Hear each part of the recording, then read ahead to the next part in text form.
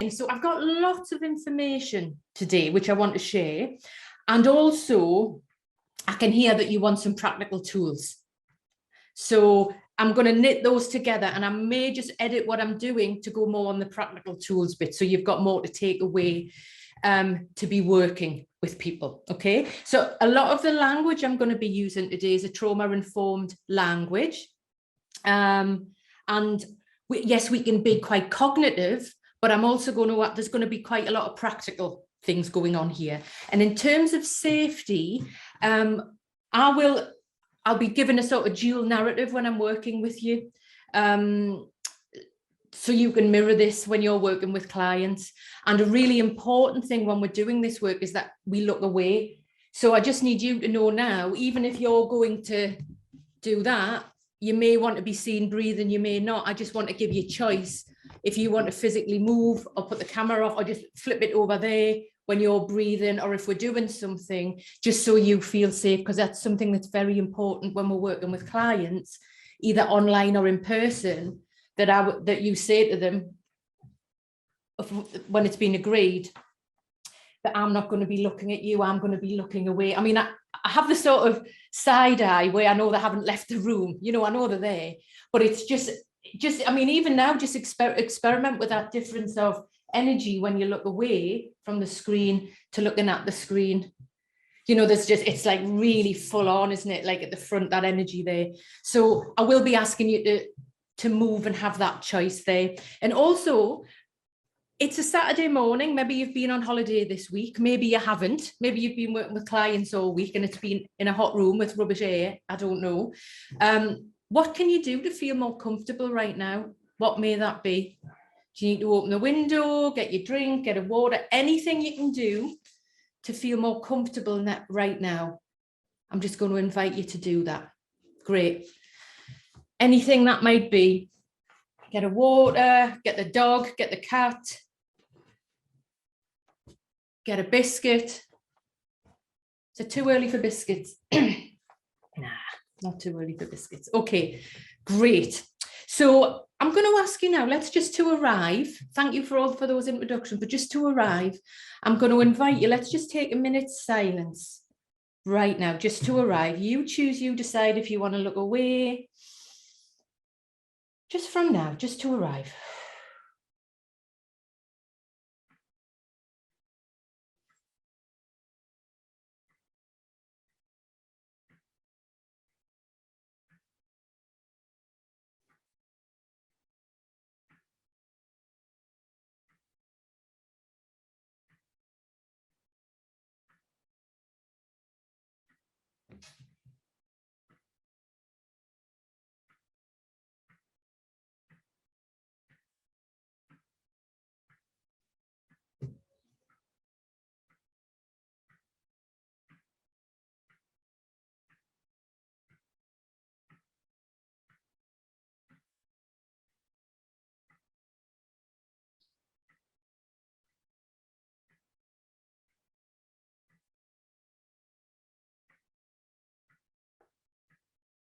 Just slowly letting go of that.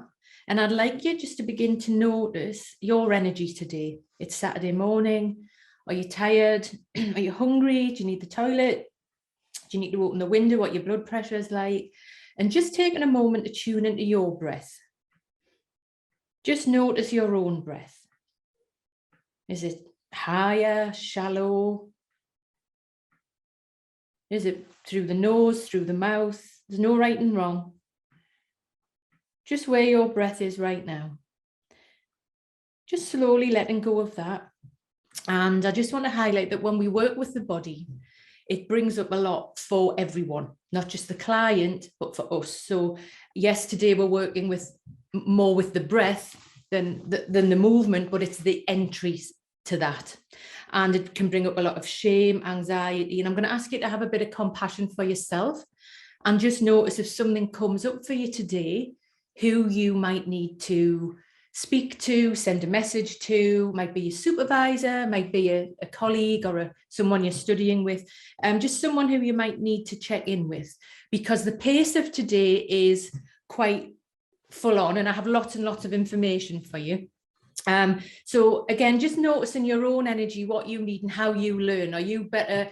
Are you more cognitive? Are you more practical? You're going to get notes. You're going to get a video next week anyway. So I'm just asking you to be in the space, really, to be in the space. And also, if we do mention clients, I'm going to ask if you could change the clients' names, maybe their gender, just to be aware of confidentiality. That's great. So again, when we're going to dive in here, just when I'm doing this, what can you do to feel more comfortable right now? What can you do to feel more comfortable right now? Okay. So there's a little bit around safety that I know Zina's touched on a bit there. So we want to create a real positive and inclusive space, that we all model inclusive behaviours, and in breakout groups, again, just being mindful of time, people's energy. So if someone's saying something really super interesting, but the time might be running out a bit, it's okay to just give them a nudge and just say, you know, we've only got this much time. So just being reminded, just so everyone gets their space. Any information shared, it is confidential and not to be shared outside of this space. And this is a lifelong agreement. And again, please practice self-care and be really mindful of your own trauma history and how you need to look after yourself today. So a little bit about me. I am a psychotherapist, and before I was a psychotherapist, I was a yoga teacher. I don't know, 25, 26 years. No, I've been doing it that long. I haven't been teaching that long. I've probably been teaching 16, 17 years. And it's the same path for me, where this all meets the body. The body, breath and movement are my big areas, working somatically. I do a lot of training for metanoia, physis, Wimbledon Guild, British Association of Art Therapists, lots of trauma centres. And this content today is from a book that I've written that's coming out later on in the year. So I'm mentioning it now. So the depth of the material will be in there. My background is I'm from the video games and TV production tech industry background. I'm also neurodiverse or neurodivergent, however you want to say that. So I'm much more visual and sonic, and I really work with people who feel different. Well, who doesn't feel different? My goodness, right. So we've done why you signed up. That's great. So we're going to dive in 3 parts today. We're going to look at the breath as the doorway to the autonomic nervous system and some practical work there. I then want to look at our embodied relationships, right? 2 bodies in the room, okay? And then at the end, we're going to touch on, it's a much bigger subject, about who's missing, what's missing when we do this work, and where did spirit go? Spirit, soul, to be discussed. Okay, so the aim of today is that we want to increase your knowledge of working with trauma in the body. Our focus is on breath. I would like you to be able to, and throughout this, just notice which clients come to mind, to reflect on your client's autonomic nervous system and yours. And also to really highlight where there might be moments of connection with your client, something bigger, and how we can really begin to integrate this into the room, how we can begin to integrate this into the room with our clients. And this is online as well. Okay, so the area of working with the body and the breath, the body, I'd say, is before the breath in terms of interest, is huge, right? And this is because of Bezel and his book, The Body Keeps the Score. Now, every week, a client is pulling it out the bag. Yeah, the clients know about it. It's in W.H. Smith's. They're listening to the podcasts. They're getting in touch with me saying, I've read this book. A lot of them have been quite traumatized by reading the first few chapters of the book, but they've got the book. Yeah. Going a little further back in time, Babette Rothschild's work, it's really important to keep Babette in the frame, and also Gabor's work with The Body Says No. However, the reality is there's not too much science around or practical tools in our training for how we work with it. You know, some people talk about somatic in the body, but they're quite in their heads doing it. They're not teaching us how to work with people. And there's something that's really important, that it's not magic. And as this subject gets more and more popular, and this every week I see this in my client work, there's no quick fix. I have clients coming as if, right, I've got to get in with their hurry up driver because they've seen something online, or that this is a type of new therapy, as if it can happen quickly. So there's no quick fix. There's no magic potion. It's integrated into our work. It's many layers of work. All of our clients are different. All of our clients are different. There's no, I'm not putting a CBT model on the top of it that works at all. This is for you to integrate into your work, in your toolkit, so you, for you to be able to use accordingly. And for some clients, this is not suitable at all. Not suitable at all. So I need you to use your clinical judgment there.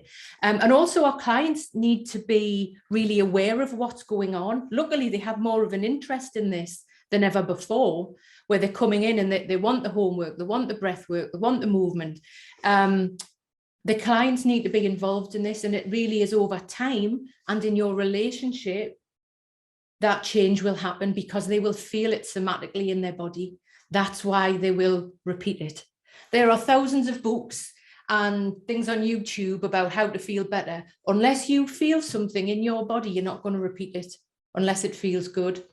And ultimately, we're talking about regulation. And actually in the media, people talk about, when words or therapy words get popular. This is another one. Lots of young people talk, I'm dysregulated or I'm regulated. And it's brilliant that this therapy word is now in general speak.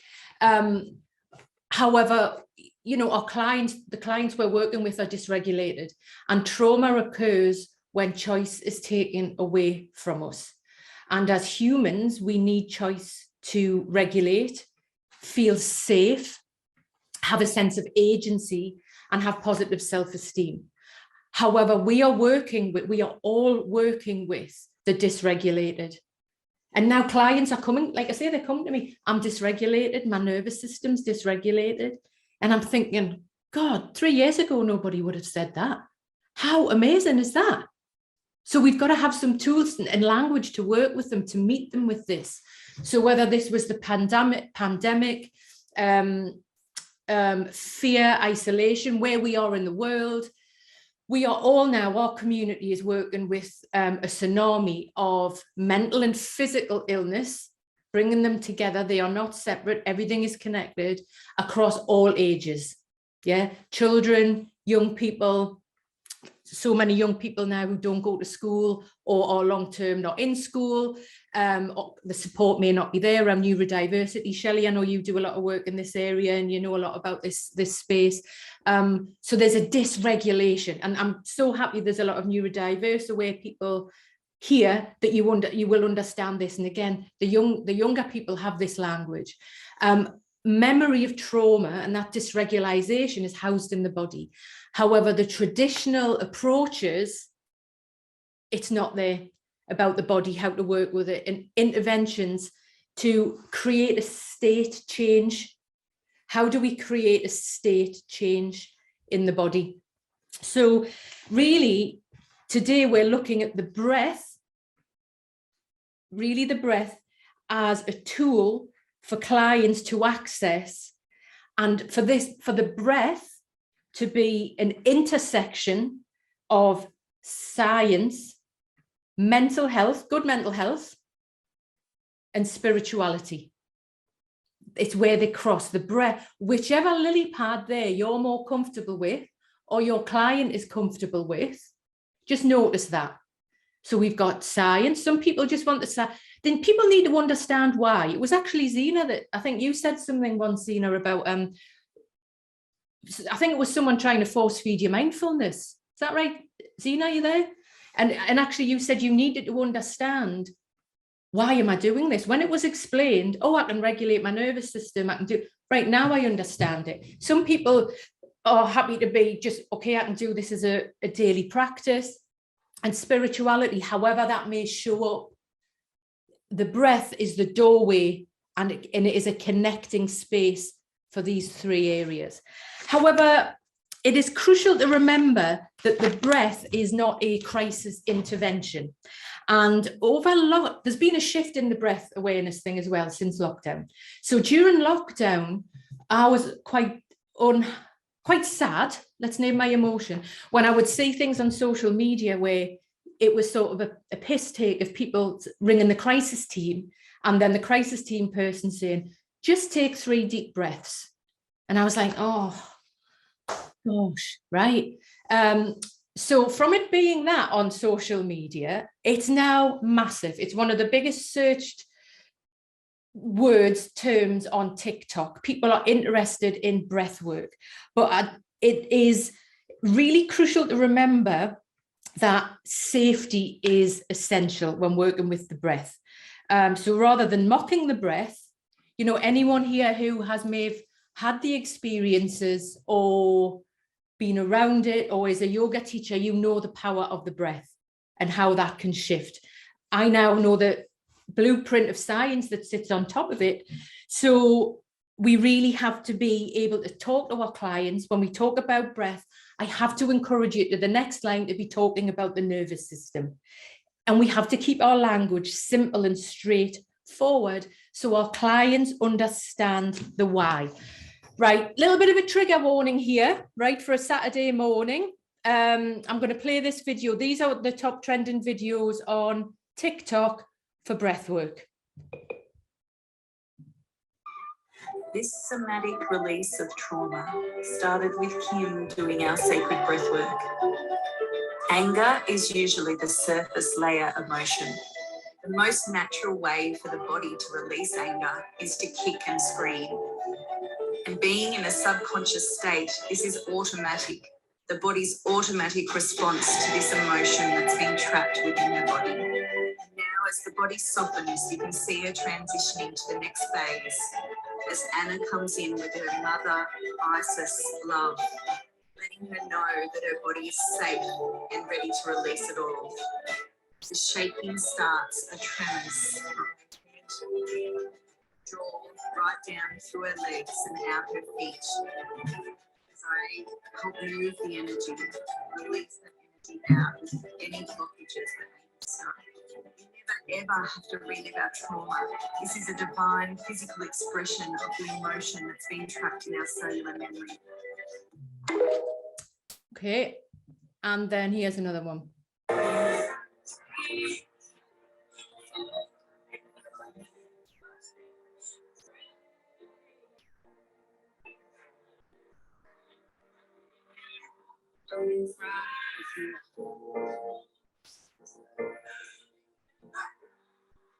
Right, switch that off.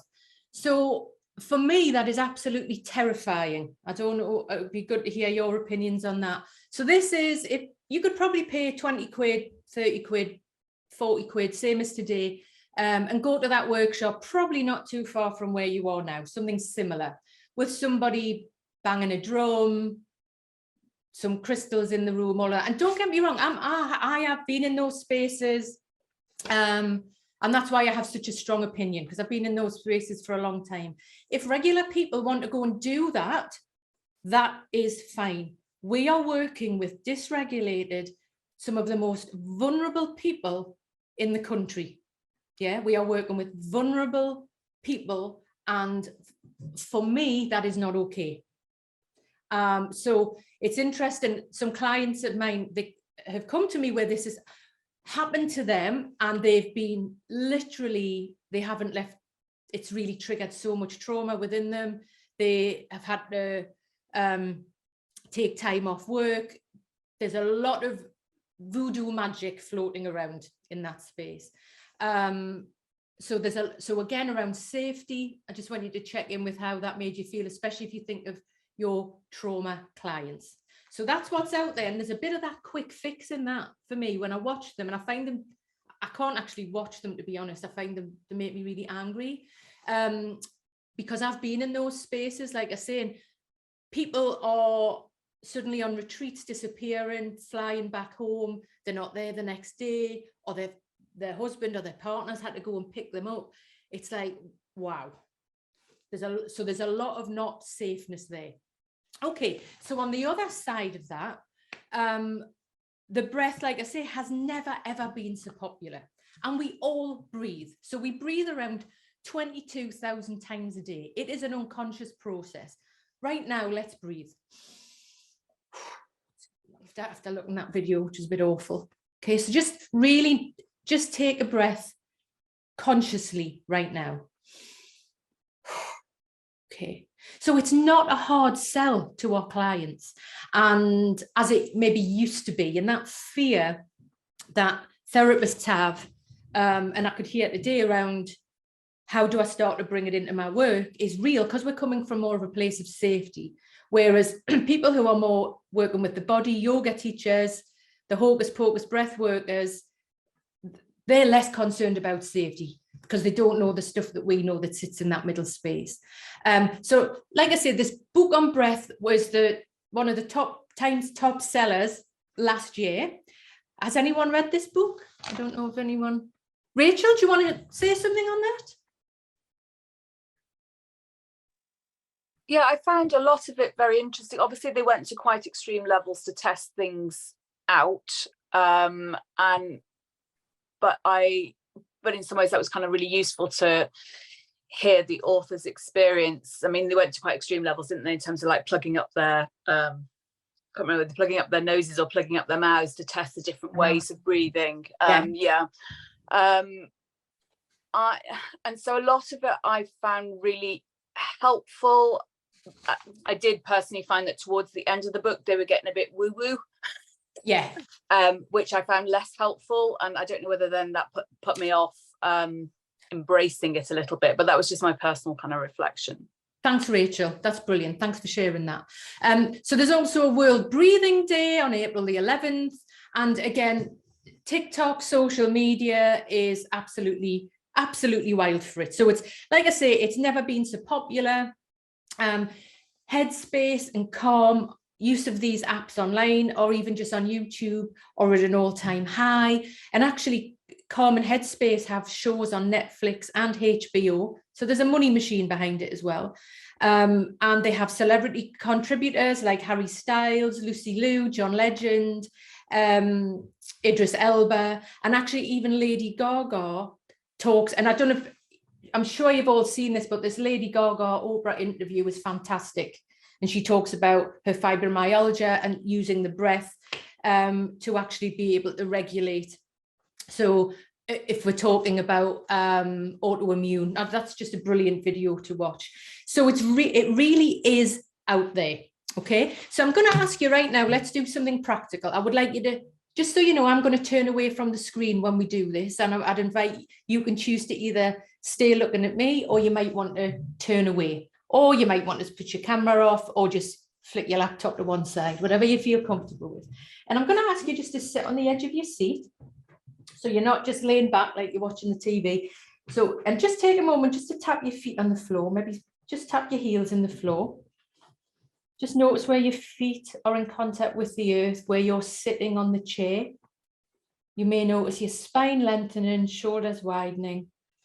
And just notice if you prefer to breathe through your nose or your mouth. If you prefer to breathe through your nose or your mouth. And I'm going to ask you to inhale and exhale. So we're going to continue with this for 3 more times. So inhale. You might want to pause for a beat and then exhale. Second time, inhale. Eyes can be open or closed. You choose, you decide, or somewhere in the middle. Exhale. If you're feeling super anxious, really exhale through your mouth. So maybe experiment with that. Inhale. You might want to pause for a beat and exhale through the mouth. We'd usually do things in 3s. Just stay connected with where you are. You don't have to look back at me because we're going to do a little bit more. Again, the dual narrative here is we've turned away. No permission is, please, when you're working with people, I need you to quite quickly figure out if they can breathe through the nose or the mouth. We'll pick up on this later on, but there's a lot of shaming around. Most trauma survivors can't breathe through their nose, basically. No. Yeah, through their nose. Okay, so we don't want to shame people by saying take a deep breath through their nose if they spend their whole life breathing in and out through the mouth. So really give choice around that till you can figure out if they can breathe through their nose or mouth. That's okay. So we're going to build on this a bit more. Let's do 3 of the next breath. So again, taking attention to where your feet are on the floor. You might feel your hands on your legs. Might notice the spine lengthening. Eyes open or closed. Please always give choice. Eyes open, closed, somewhere in the middle. Just imagine how awful that is. Someone's telling, the clients will please us, right? Do not tell them to shut their eyes. Do not say this is a safe space. Give them choice. Always give trauma survivors choice. Okay, we're going to do this again. Different language here, 3 times. So we're just going to take our awareness to when we inhale. So this may be through the nose, this may be through the mouth. So we are going to inhale, up, pause. Now we're going to passively exhale. So we're going to do this 2 more times. So we're wanting to just extend that exhalation. So inhale. You might pause for a beat. Just really focus on that, slowing down your exhalation. And 1 more time, inhale. And passively exhale. You might even give people this as homework. How could you even do this when you wake up in the morning, when you are waiting for the kettle to boil, in the shower? I'd like you to practice the passive exhalation. Okay, let go of that. Here's another one. Okay, if people like to count, right? So I'm going to bring this in as if they are nose breathers. However, you can't, nose and mouth is fine. However, it's also fine to just drop the nose thing if that's not right for who you're working with. So, okay, so we're going to do a breath now that's going to help us feel a bit more grounded and steady. Just check out feet on the floor, where we're sitting on the chair, spine is long.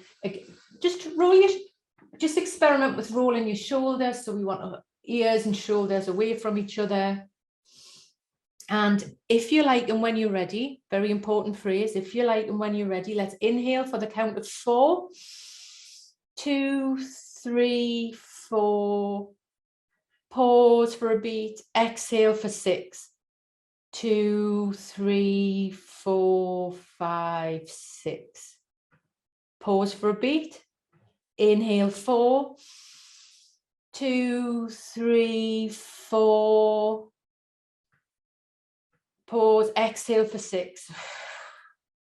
If it's a bit long to get to 6, don't worry, just go to 5, even 4. We're just wanting to extend that exhalation.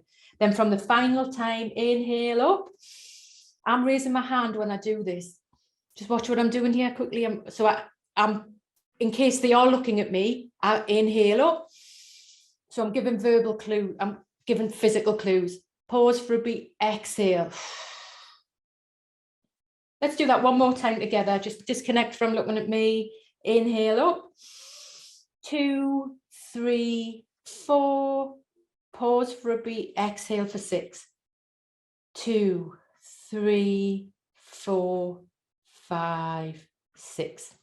Okay, let go of that. So there's a few different variations just coming back in the space. Give your fingers a wiggle. It's letting go of that. Great. There's your introduction breath. That's how we start. Now, the reason, another big factor for the breath being so flippin' popular is over lockdown is this guy, Wim Hof. Has anyone done this? Does anyone do this? I'm just trying to get my thing on a gallery view. Do unmute if you have. Oh, hang on. Has anyone done this? Heard of Wim Hof? Right, so let me tell you about this guy. So he was known as the Iceman, and he's a bit of a huge narcissist, right? There's the bit. He likes hanging out in LA with the celebrities. He's done very well out of it. I like him. Good for him. And there's a trauma history there around his wife who died and how he's used the breath and he's famous for being in cold water, jumping in cold showers and jumping in the ice with Tom Cruise. Yeah, so there's a story behind it. So it is underpinned with trauma. But he's taken this to another level. In lockdown, it was absolutely huge because people were trying to stay mentally and physically well. And also the narrative around the lungs and lungs being really important to keep our lungs healthy with COVID was very strong.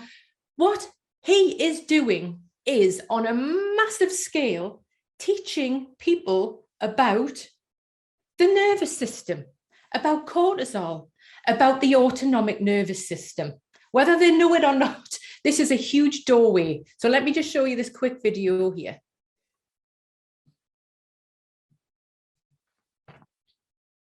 Improve sleep.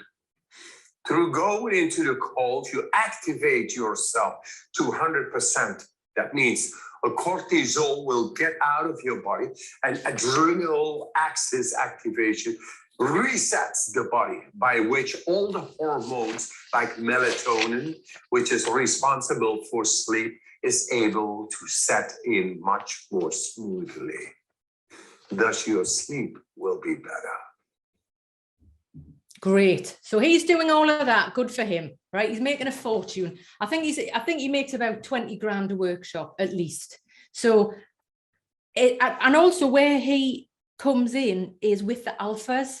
So less of the maybe fluffy stuff, that is the alphas, the men. It's another doorway for what we are talking about here. So let's work with Wim here now. I'm not going to play this for the whole thing. We're just going to do it for a few minutes. So again, just making yourself comfortable, sitting away from, you can watch or you can turn away. Do what feels best for you. We're going to do this for about 2 minutes. So let's go. Let's work with Wim.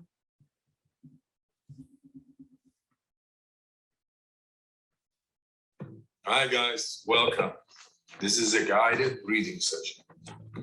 Relax to the deepest. Lie down, sit down, whatever it takes, relax. Are you ready? Here we go. Round number 1. Breathe in, breathe out, breathe in, breathe out. Just go with the flow of the breath. In, out, in, out, in, out, in, out, into the belly, into the chest, and let go. Like a wave. Make it circular. Fully in and letting go. Just keep on going. No pause between inhalation and exhalation.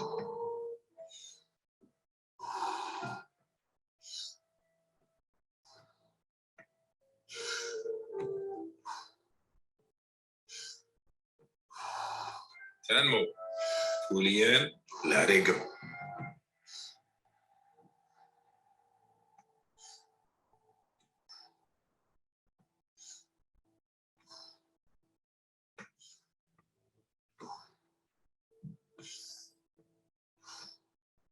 Five more. Let's give it all we got.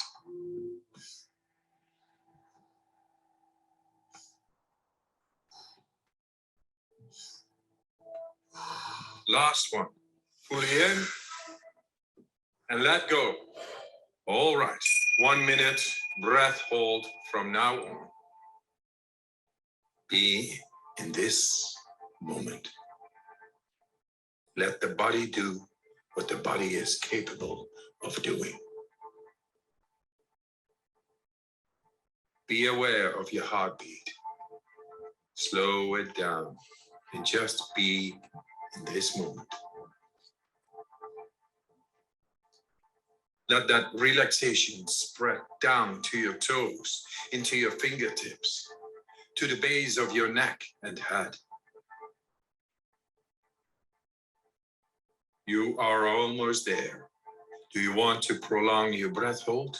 Pause the video now and continue when you feel the urge to breathe. Okay, recovery breath in, 5, 4, 3, 2, 1. Take a deep breath in and hold for 15 seconds.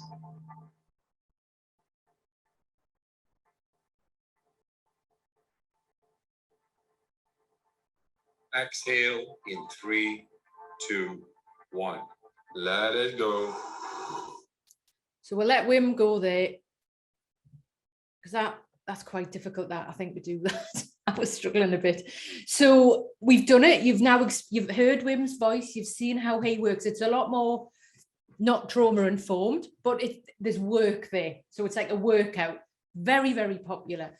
And I was quite cynical at first. And then I was in between it was actually during a lockdown. Oh, I don't know how it was worked, but I was working in a group when you could work with 15 people. Some people in recovery for a charity called Changing Lives. And this lady would come to the yoga, and she's brilliant. She's in her 70s, completely glamorous, you know, nails, makeup, everything done at like 9:30. And she's in her 70s. And we did a gentle bit of breathing, just trauma-informed breathing like we've just done. And then at the end, she told the whole group, well, every morning I get up and I work with Wim Hof. She said she fancied him, right? And she found him very attractive. And she loved his voice. But she would go, and I was like, where's this woman got him from? You know, I'm in the middle of, there's this place in Newcastle that it was just quite bizarre. And she says, oh, in the smart recovery and rehab, they taught us so every morning we did it in recovery. So that was really great for me to hear, really great. So we know that the breath is popular. We've been working there with some breath. Just check out your blood pressure, and if you need a drink of water or something to eat, just check in with what you need. The Wim Hof breath is a bit full on. I'll send you the video if you want to practice that. So it's really important we talk about the autonomic nervous system. And Babette says that at the very least, becoming familiar, and I'm sure you already are, but becoming familiar with the autonomic division of the body's nervous system, the ANS, is a must for those who work with highly distressed and traumatized people. So that's us, yeah? Grasping the ANS will provide key tools for both client containment and therapist self-care. And again, I feel really honored that we've got people here today who maybe are earlier in their journey. Please, we need to look after your self-care. It's not about us giving everything to the client. How are we looking after ourselves so you can have a long, healthy, creative and enjoyable career and not burn out? So there's two bodies in the room. So our breath gives us the ability to self-regulate, and it's critical to our sense of agency, healthy narcissism and social confidence. So recognizing these states and the capacity to support autonomic transitions. What I mean by autonomic transitions is the higher anxious energy, the sympathetic nervous system, and then you've got the parasympathetic, the lower. And we want to really be looking at what the middle looks like. So when we talk about changing state, when you exhale for longer, whether you are counting for 6, whether you are passive exhalation, the entry to this is the passive exhalation, right? To share with your clients, when you exhale for longer, you activate the parasympathetic nervous system quite quickly. Give this as a tool for your clients to work with between sessions. So it's very simply passive exhalation, longer exhalation. Just doesn't have to, you might want to inhale for 4, exhale for 6. It's for them to notice where they might be feeling agitated, anxious, or something's happened, how they come down. So it's about shifting state. And the breath is central to this, You can pin this to the window of tolerance. So again, with hyperarousal, sympathetic, fight, flight, increased emotions, if we're up here, what do we need to do? Even if it's just for a hot minute, not even a minute, a flash, where the client can feel a bit calmer. when something's happened, they will hear your voice. They'll think, I'm going to breathe. Because we can forget to breathe. Zena, you were mentioning earlier that sometimes you forget to breathe. Is that okay to mention that, Zena? Yeah, no, I noticed that. I've noticed long periods of really holding my breath. I mentioned it earlier, it was my experience on ADHD medication. It's very helpful for me to work, but I don't enjoy it, and I find myself holding my breath. When you were on it, you were so I'm focused on it, you forget to breathe. I forget to breathe when I'm on it. Wow. I work very well on it. Isn't that interesting? And the reason it came to mind is I took a break, and I remembered to breathe, and I felt such a huge difference from it. So that becomes a balancing act for me. I need to earn money, I need to work as well. So how do I kind of, while trying things like this, again, you know, how much can I regulate myself through learning more about arousal and breath work. So it's a bit of an experiment for me. Okay, good. I'm interested to hear what you think about it as well, and how you get on with it, because it can sound simple, but then and then I hear my clients come back and say, oh, this week a client, she was, something had happened, our dog had died, it was really sad, and she said she was able to, rather than getting lost in that, in our grief and our trauma, she was able to just come back to just breathe, just that gentle dip. You know, a lot of our clients spend their whole life up here, but even if it's for a moment, a felt sense, dropping down a bit. Okay, so within the lungs, we're going to do another breath here. I want to keep this practical before we take a break. So first of all, I hope you could hear me say there about some trauma. Please check out if your clients breathe through their nose or their mouth. I put it in my, you know, the check-in form that you do when you first meet clients, the thing that I have, that when you meet them and you go through what's what. Some clients, it's ridiculously not relevant. So I will edit it out if it's not relevant to the work. But if it is relevant to the work, I'll just ask them, do you prefer to breathe through your nose or your mouth? How is he breathing? Sometimes they'll say, oh, I don't breathe through my nose, I just breathe through my mouth. Or they'll say, oh, I'm going to just notice that. I'm not quite sure. I'm going to notice what's going on there. So again, it's how trauma survivors tend to breathe through their mouth, upper chest. So again, just to take the shame away from that, because can you imagine if you're going on about breathing deeply through their nose, they're trying to please you, and it's just not good. So really awareness of that. If it's fine, that's great, you've checked that out. Okay, so let's come back to our lungs here. So we've got a good few 12 pairs of lungs here with us today. Okay, so I'm going to ask you just to gently turn away. So if clients are struggling to breathe, just let the hands fall to the side. And if you like, and when you're ready, gently raise your arms up. And slowly exhale down. So I do this maybe the next week, or building onto that initial breathing that we did earlier on. So again, just tap your feet on the floor. We're just seeing where we are in the world. So feet are on the floor. Where am I sitting? So you may notice your spine lengthening. Experiment with rolling your shoulders. Inhale. Arms up. You've turned away. Exhale down. Even if people are, some classes I work with are not mentioning the breath, but say they want to breathe. When we do this, again, let's do it one more time. Inhale. The lungs fill, as in, and exhale down. Okay, so there is another breath I'm gonna show you now, which is where you may want to just put your hand on your lower belly.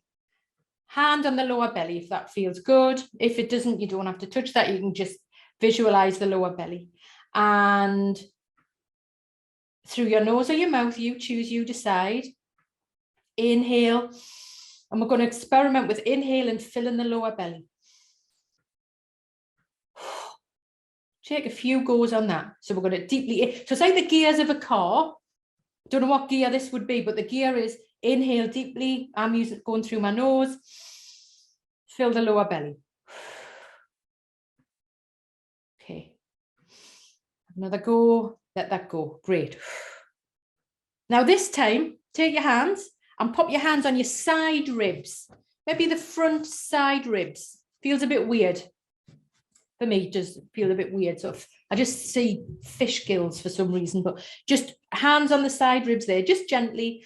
And in our mind's eye, this can be quite tricky to do. We're going to attempt to inhale and inflate the side ribs. So you might notice that the rib cage expands, lifts.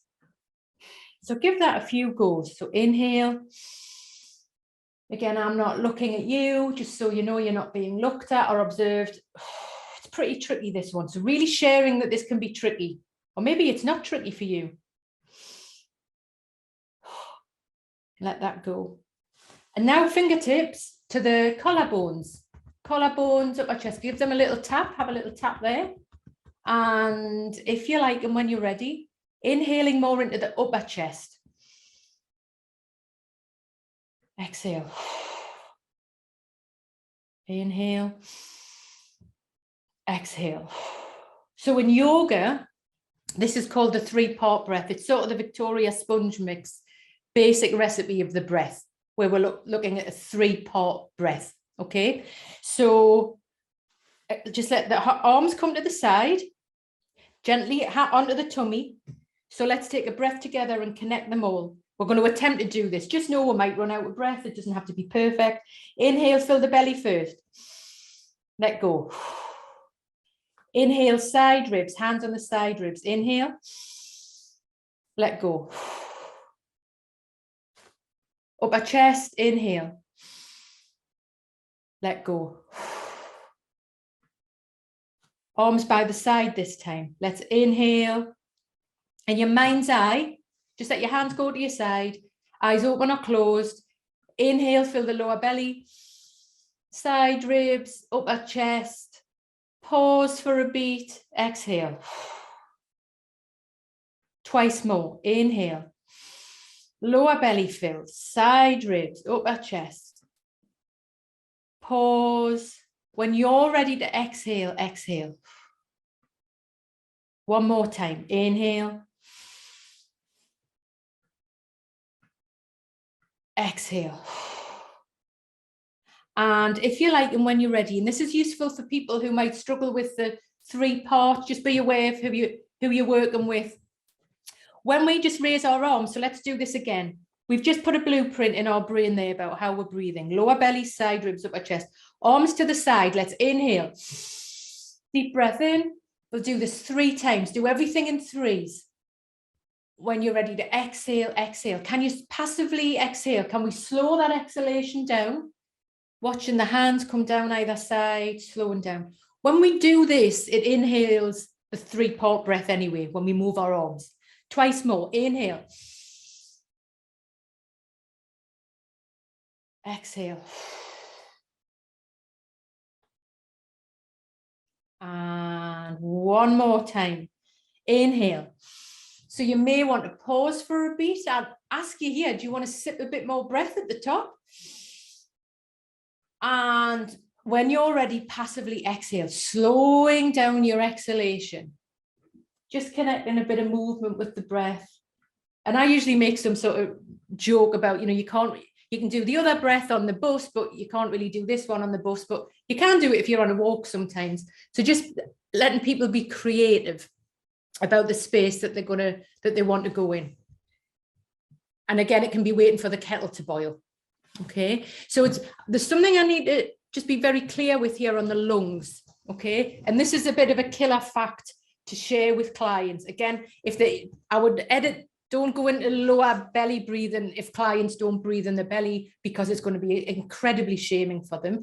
However, if clients are able, so remember, our bellies are for our dinners, not for our breath. So we're not really filling our belly, right? It's just like a a point. Lungs. Look at this picture of the lungs. The lower lobes of the lungs, and there's a lot of science on this, and I've gone through all of it in the book.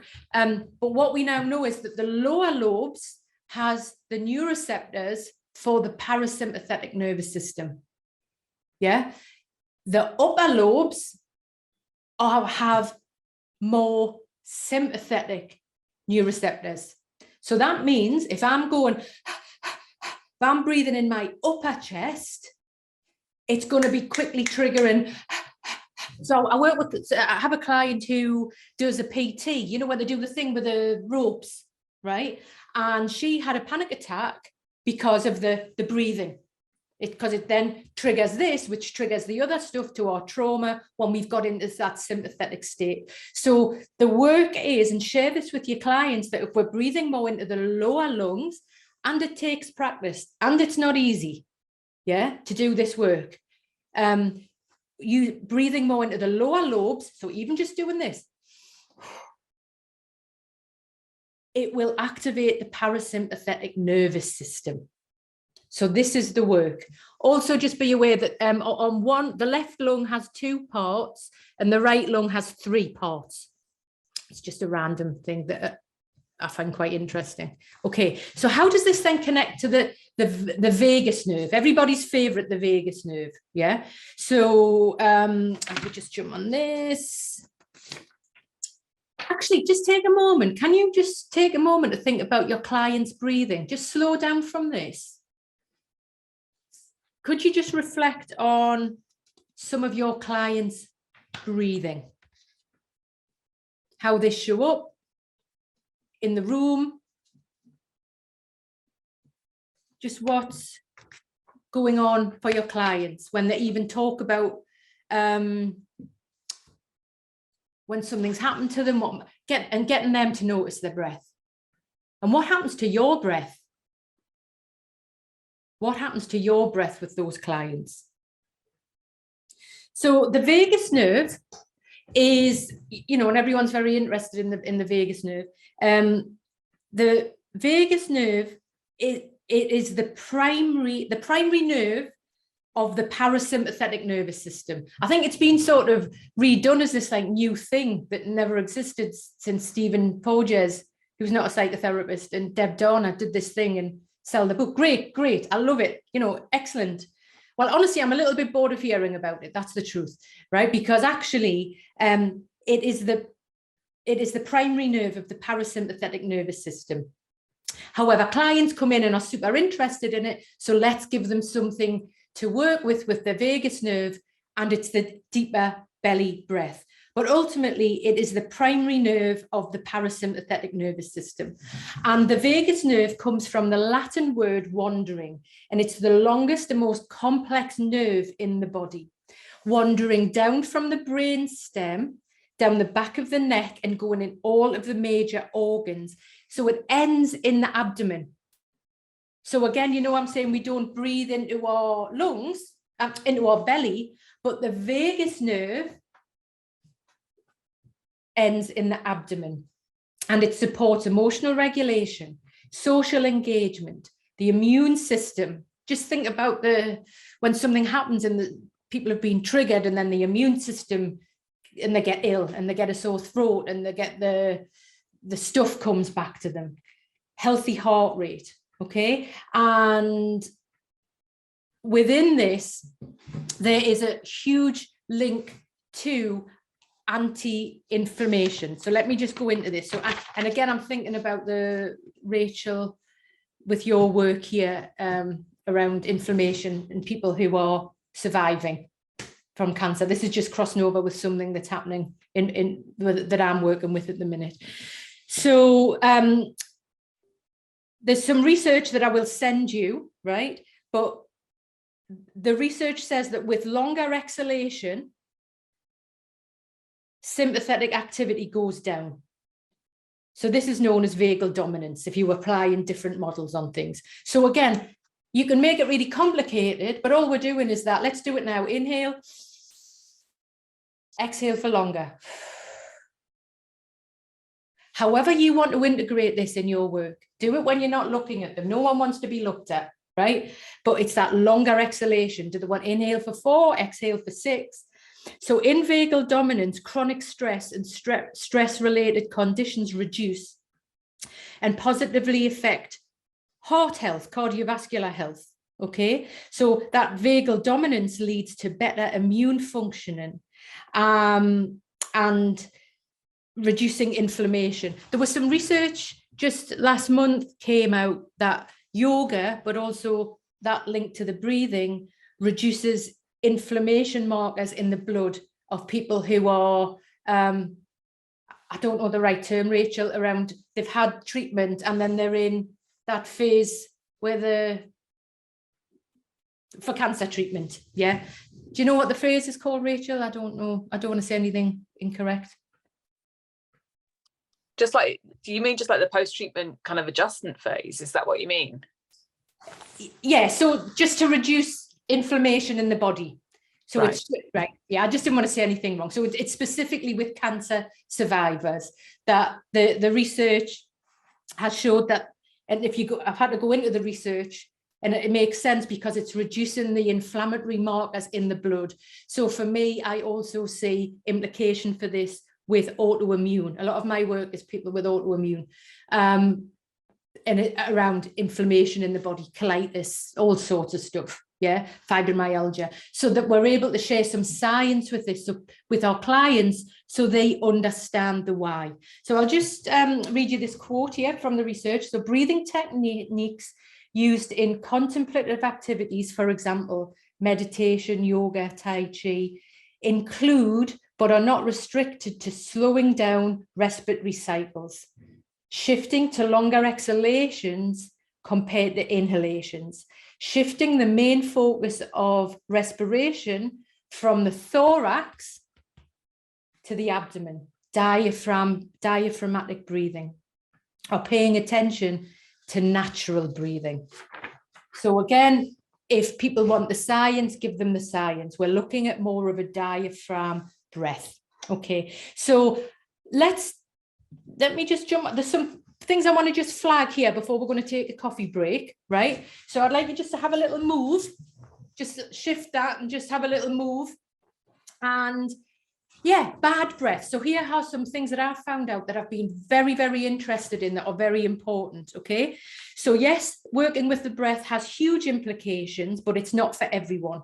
It can be very unsafe, dangerous and damaging. Just think of those awful videos I showed you at the beginning, right? So we must hold this in mind as therapists. Trauma, emotional stress and illness, COVID, COPD. Lots of people are unable to take full breaths. Yeah, all yoga that you see in the world, right, prioritizes breathing through the nose rather than the mouth. I was shocked to discover that, I think I've got a picture of this. Can you see these pictures here? And it's the book that Rachel, that we mentioned earlier. I was shocked to discover that there's a huge trend. Maybe you've done it. That this book's got people taping their mouths shut when they sleep to train themselves to breathe through the nose. Again, regular people want to do that. Crack on, great. Not okay for the people that we're working with. So there's a lot of pressure to nose breathe, and it can be very shaming, awkward and uncomfortable, leaving people extremely vulnerable. Trauma survivors have many, many layers of psychological defenses in place to protect them. Removing these too quickly can result in significant destabilization. That's why I encourage anyone who sees anything like that in a room, like those videos I showed you, to run for the hills. Run for the hills. Yeah. So let me just give you a little bit here. Very important. Right. Okay. Nose breathing. I just want to cover this off before we get a coffee. Right. So the purpose of mouth breathing. Clients, just do it now. Breathe through your mouth. Shorter breath. You know, I asked a client the other day, a trauma survivor, how was she? And she said, oh, I'm always short breathed. I'm always short breath. So from an evolutionary perspective, mouth breathing, it's an emergency response to acute stressors or threat. It's fight, flight. blood rushes away from the brain, from the digestive systems and the organs to keep us safe, right? The upper chest muscle, and this is where the upper chest muscles come in. Mouth breathing fills the upper lobes and mid lobes, not those lower lobes with the parasympathetic good stuff in, right? So these lobes have a higher concentration of sympathetic nervous system receptors, those nerve endings at the top. I'm just repeating this so we've got this in place, yeah? So when they're activated, that's when the flashbacks happen. That's when my client is thinking that something's going on and the body takes over, okay? So the vagus nerve will benefit from breaths that are longer and deeper. There's a link here with mouth breathers and sleep. So if your clients are then sharing with you about their breathing through the mouth, ask them about their sleep, because due to the connection between mouth breathing, think of your clients here, and the sympathetic nervous system, clients may struggle to sleep. So this can result in worse anxiety, fatigue, and increased blood pressure. So just get curious about this. Get curious. Whereas nose breathing is an optimal breath for the diaphragm that's pulling air. Breathe with me now. Just before we take a break, just turn away deep, breathe deeply into your diaphragm, into that lower belly, right? So it pulls air deep into the lower lobes of your lungs. So the lower lungs have that higher concentration of parasympathetic nervous system receptors and nerve endings. So that helps us balance the sympathetic nervous system activity and corrects the fight, flight, freeze response. When breathing diaphragmically, I can't say it, right? Through the nose, again, do it now. I'm assuming, and actually just to correct this, if you're working with clients who don't use their nose, get them to sip in through their breath, through their mouth,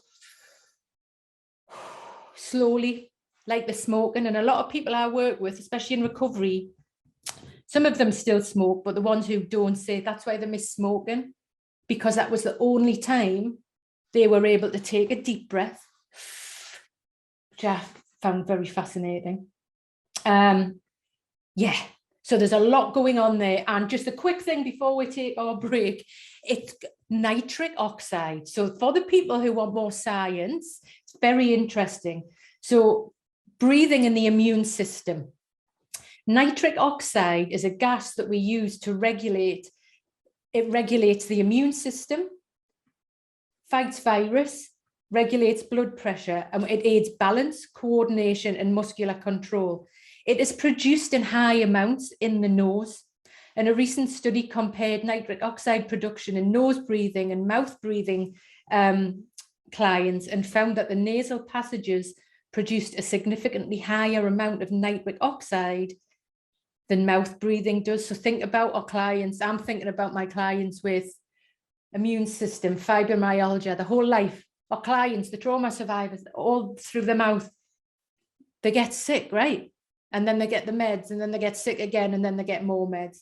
So when exercising, the nitric oxide levels increased in nose breathers and not mouth breathers, implying that nose breathing can protect against long-term stress, whereas mouth breathing will not.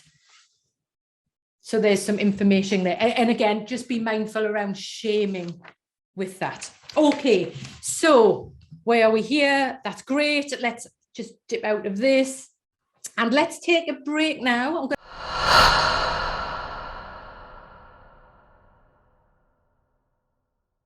Any questions, or you can pop them in the chat if you like, and Zena pops them back. Rachel?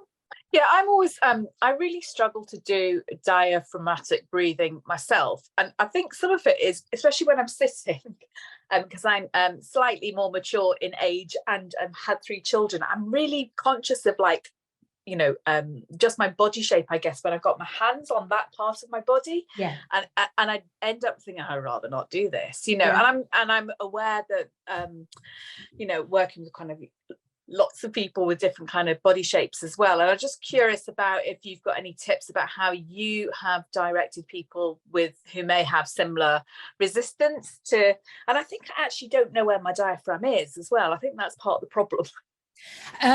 So first thing, Rachel, around the body issue is absolutely real. I have that issue myself. I'll share that. So don't do it. I even hesitated there. Do you put your hand on you? But I'm teaching you the original cake mix, right? The Victoria sponge in the yogic breath, and it's called the 3-part breath. Hand on the belly, rib here. I find that quite shaming to put my hand here. So actually don't do that. Yeah. Okay. Right? Don't do that. Just teach it with. I can do it with the, the arms. Yes, to do it like that. Yeah. Don't do anything inauthentic, and use that wisdom to edit how you work. Don't ignore that. It's really important. And what was the other part of the question you asked? Oh yeah. I think it's just it's not a part of our bodies that we kind of taught whereabouts it is, really. The diaphragm, and I have that sense of bellows and all of that kind of gubbins that goes on, but I just think, oh yeah, but whereabouts is it? Could you work with people lying down if you were doing a group? Or give them it as homework to do in bed, or if they're lying on the floor. Yeah. And it's just arms up and back or out, and there's no right and wrong. We're just, and if we're used to being here, this is like, I don't know, feel your gallbladder. I can't feel my bloody gallbladder. I don't know what that means. So so just maybe giving permissions around that actually sometimes we notice and sometimes we don't, or okay. Yeah, cool, thank you. Great. Any other questions? Yeah, I would just add to that one as well, that if you're prone to bloating, digestive problems, and just thinking, we're learning a lot about the gut and the role it plays, that the whole breathing into the stomach as well can be difficult. Like, you're relieved to not be bloated, so then to bloat yourself out can. So Lorna, I really benefited from the side one there. I've never really, I'm sure I've been asked to do it in yoga. I don't know what was different this time. I felt it. I think I definitely would prefer that to the belly now. So therefore use this wisdom how you work with your clients. So actually, if you think, we know that the sympathetic receptors are here, right? But actually, if you can go here, just be here, because there are more parasympathetic receptors there than there are in the bottom. And also, remember, belly, lower lobes. Just do this. Come away from that shaming and just use that wisdom there, Zena, and give, especially with trauma-informed work, it's always given choice. So you can do this, you can choose to do this, so you can do this. Yeah, so great feedback. Thank you. Thanks, Rachel and Zena. Any other questions before we move on? Bramble, did you have a question? I thought I maybe talked over you. No? Okay. Any breathing exercises that you'd like to do a recap on? Because I am throwing them in thick and heavy. Happy with that? Okay. Lorna, can I just ask a question? Please, Zena, ask a question. With the exercises we're doing, is like, feels like it's from when we're in the hyperarousal coming down. Yeah. Window of tolerance. Down up, the depressed ones. But the down up, because I'm feeling really tired today in this session. I'm never tired in these sessions. So So we're going to go on to that. We'll do some. All right. Okay. Because what you're doing, everybody here, you are fully activating your parasympathetic nervous system quite powerfully. You wouldn't normally do this much activity, so you're going to be feeling really tired. So just notice that, and we're going to move into. I'm going to some different breaths, and we'll end with energizing one, so you can go and do your 8-year-old, 6-year-old's birthday party later and not fall asleep in the jelly. Right. So just notice that. How are you feeling? So relaxed. I mean, this is the other thing I know. So I have low blood pressure. Oh God, be careful. I have not. So I did. I thought about when we were doing the one, the really intense Bezel one, the Wim Hof. Yeah, I felt that could bring my blood pressure a bit.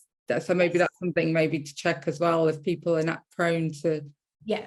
Doctors always freak out when they take my blood pressure and saying, "Is that normal?" I was like, "Yeah, that's normal for me." Yeah. I'm wanting you to experience it somatically yourselves. Yeah. Okay, great. So let's jump on to any other questions just before I go on? Okay, right. Relationship with our clients. It is very important that we remember that there are two bodies in the room, two nervous systems interacting with each other, two bodies in the therapy room, client and therapist.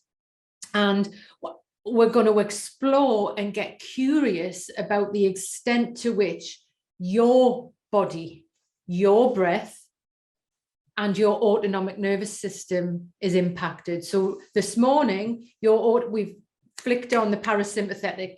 So with all of us as a group, we'd be syncing with each other and feeling that tiredness or what might be going on for you in that parasympathetic state. So the potency of body countertransference. So I'm just bringing this in, right? So we've got, obviously you've got transference and we've got the countertransference. So it's about what we are feeling, what you feel when you are with the client. Think of a client in supervision and that client comes to mind. So that, what is your body countertransference? How does it manifest within your breath? I'd like you to notice this from next week, your first client on Monday. What's happening to me? How do I need to regulate your body? Because this isn't something that was in my training. It's not really there. Hopefully it's coming in a bit more now when certain books are being put on reading lists. But yeah, to actually look after ourselves.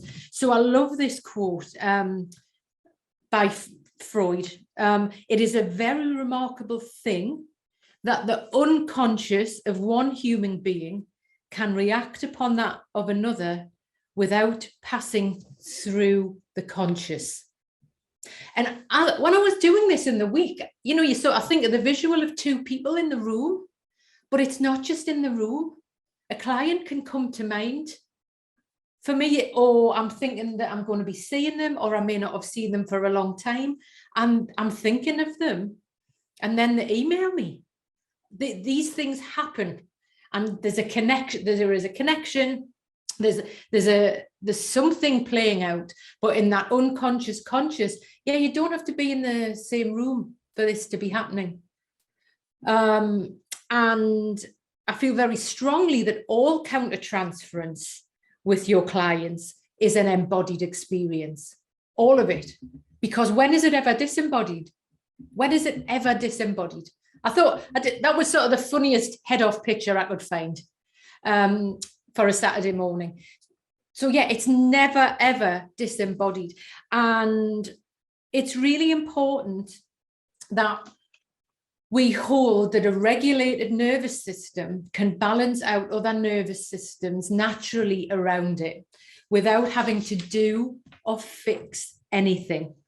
Yeah, just notice how some of your clients may have left your nervous system and breath. Sometimes I'm with a client and I can't breathe. Recently, I was with a client and I had to just slow it down and go and open the window. And I would share, when you're talking, I can hardly breathe. And she said, that's how I feel, like I can hardly breathe. So it's how we bring this in physically in the room and to notice what is going on. I feel like I can hardly breathe, like I can't move. What's going on? So the autonomic nervous system is not simply autonomous, but it is regulated through interaction with others. And remember, we're working with people who are dysregulated, whether it's the higher, more anxious, sympathetic state or that lower, more depressed, hypo-parasympathetic state. Our own nervous system, think about clients in a day, are dragged up and down, depending on who we're sitting with. Yeah, and what the work is. And I'm going to encourage you just to, and I'm sure you do a lot of reflection anyway, but say you've been working with clients either that night or the next day, if you're feeling really tired, just to reflect on, what was I working with yesterday? What was the content? What was the work? Was it heavy? Was it this? Because there is a process going on in your body. Sometimes we're not tired, but other times we're really tired because our work is exhausting. It is absolutely exhausting. So again, I'm just going to invite you to notice maybe different clients that you've worked with, and maybe a neurodiverse client, ADHD clients. I know for myself, when I work with clients with ADHD, because I'm neurodiverse, my nervous system, I'm quite activated and I'm connected, and we're on the threads. I've got the thread, I know what's going on. Yes, so it can go a lot quicker, rather say if I'm working with grief or something a lot lower, heavier. There's a very, I can feel very weighed down. So let's just go into breakout rooms. Let's just do 10 minutes, Zena. Just so we've all got a bit of time to share about what do you notice in your nervous system, your breath. I'll just set that up now, but there's just a question. Joanna's asking, do you think the embodied experience with a client is different depending whether you're online or in a room? And I'll just... Not at all. Not at all. No. I'd say, who asked that question? Joanna. Joanna, what do you think?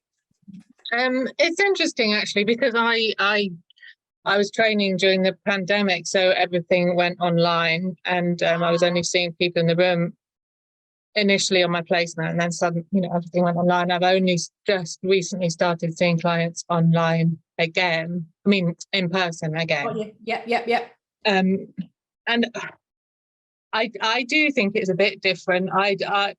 And maybe it's because I'm not so used to working in the room with clients. I find that the whatever it is in the room between you is easy. I pick up much quicker, or it feels more intense, I suppose. So yeah, but when I was working online, I didn't think there was any, particularly think there was any difference, but I suppose I've noticed it again working in person. Right, that is such a good in point. So and I'm so happy to hear that. So for me, I'd be interested to hear other people's experience, that because I was working in person, then went online, and I was absolutely like for years. So I'm just doing all this stuff in the room, and I've shared this before. Lockdown happened. I thought, oh shit, there's me, bang, gone. This isn't going to work. And I remember the client I was working with, and it was in lockdown, and it happened. He was talking about what was going on, and I felt this thing, and I thought, hang on, that's a body thing. That's not my thing. And I was brave enough to bring it in. So yeah, I thought the question, so yes, it is there, depending on the client.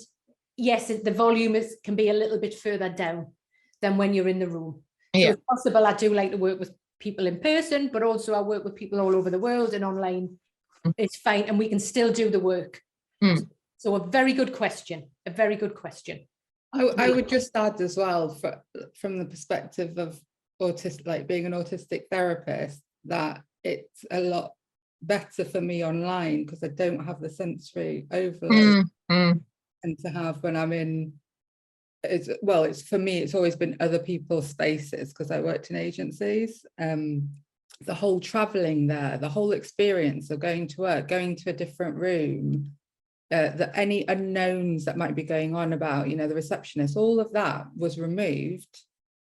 So online, I just definitely know entering in a place where I was a lot more receptive. Great, thank you, Zena.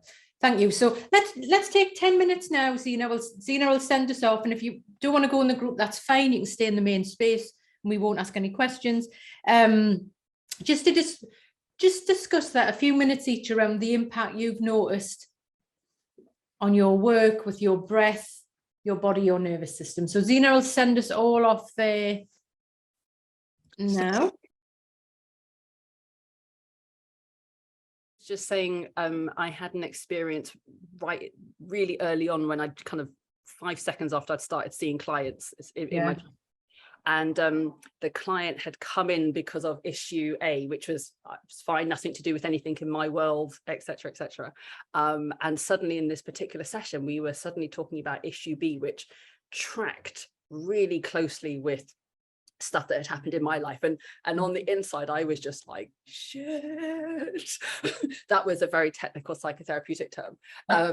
And I just remember, I remember it so clearly. I just remember kind of putting my bottom right back against the back of the chair, arms on the side, on the chair rest, feet properly flat on the floor. I think I probably had my legs crossed or something like that. No, they were flat on the floor, and just breathing like it was going out of fashion, because I could feel myself spinning off into the stratosphere. I could literally feel myself exiting stage left. Yeah. And in that moment, kind of coming back into my body and being able to focus on what my client was actually talking about, which was really important, obviously. But I was saying it was quite, although I could have done without it, it was quite an instructive experience to have so early on. Yeah. Because it was like, oh, so this is why the breath is important. This is why being grounded is right. So the theory became application for me in that Yes. moment. Thank you for sharing that, EJ. And actually, this is how we learn. And it is, and we're going to move on to that now.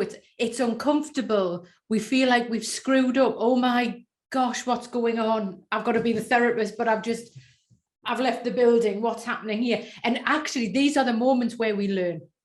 These are the moments, and they happen to everyone, you know, but these are really powerful moments. So thank you for sharing that, EJ. Now let's jump into this next. I'm just going to go back on this PowerPoint. So let's go into this a little bit more when we are looking at nervous systems. Again, please hold in mind 2 nervous systems in the room.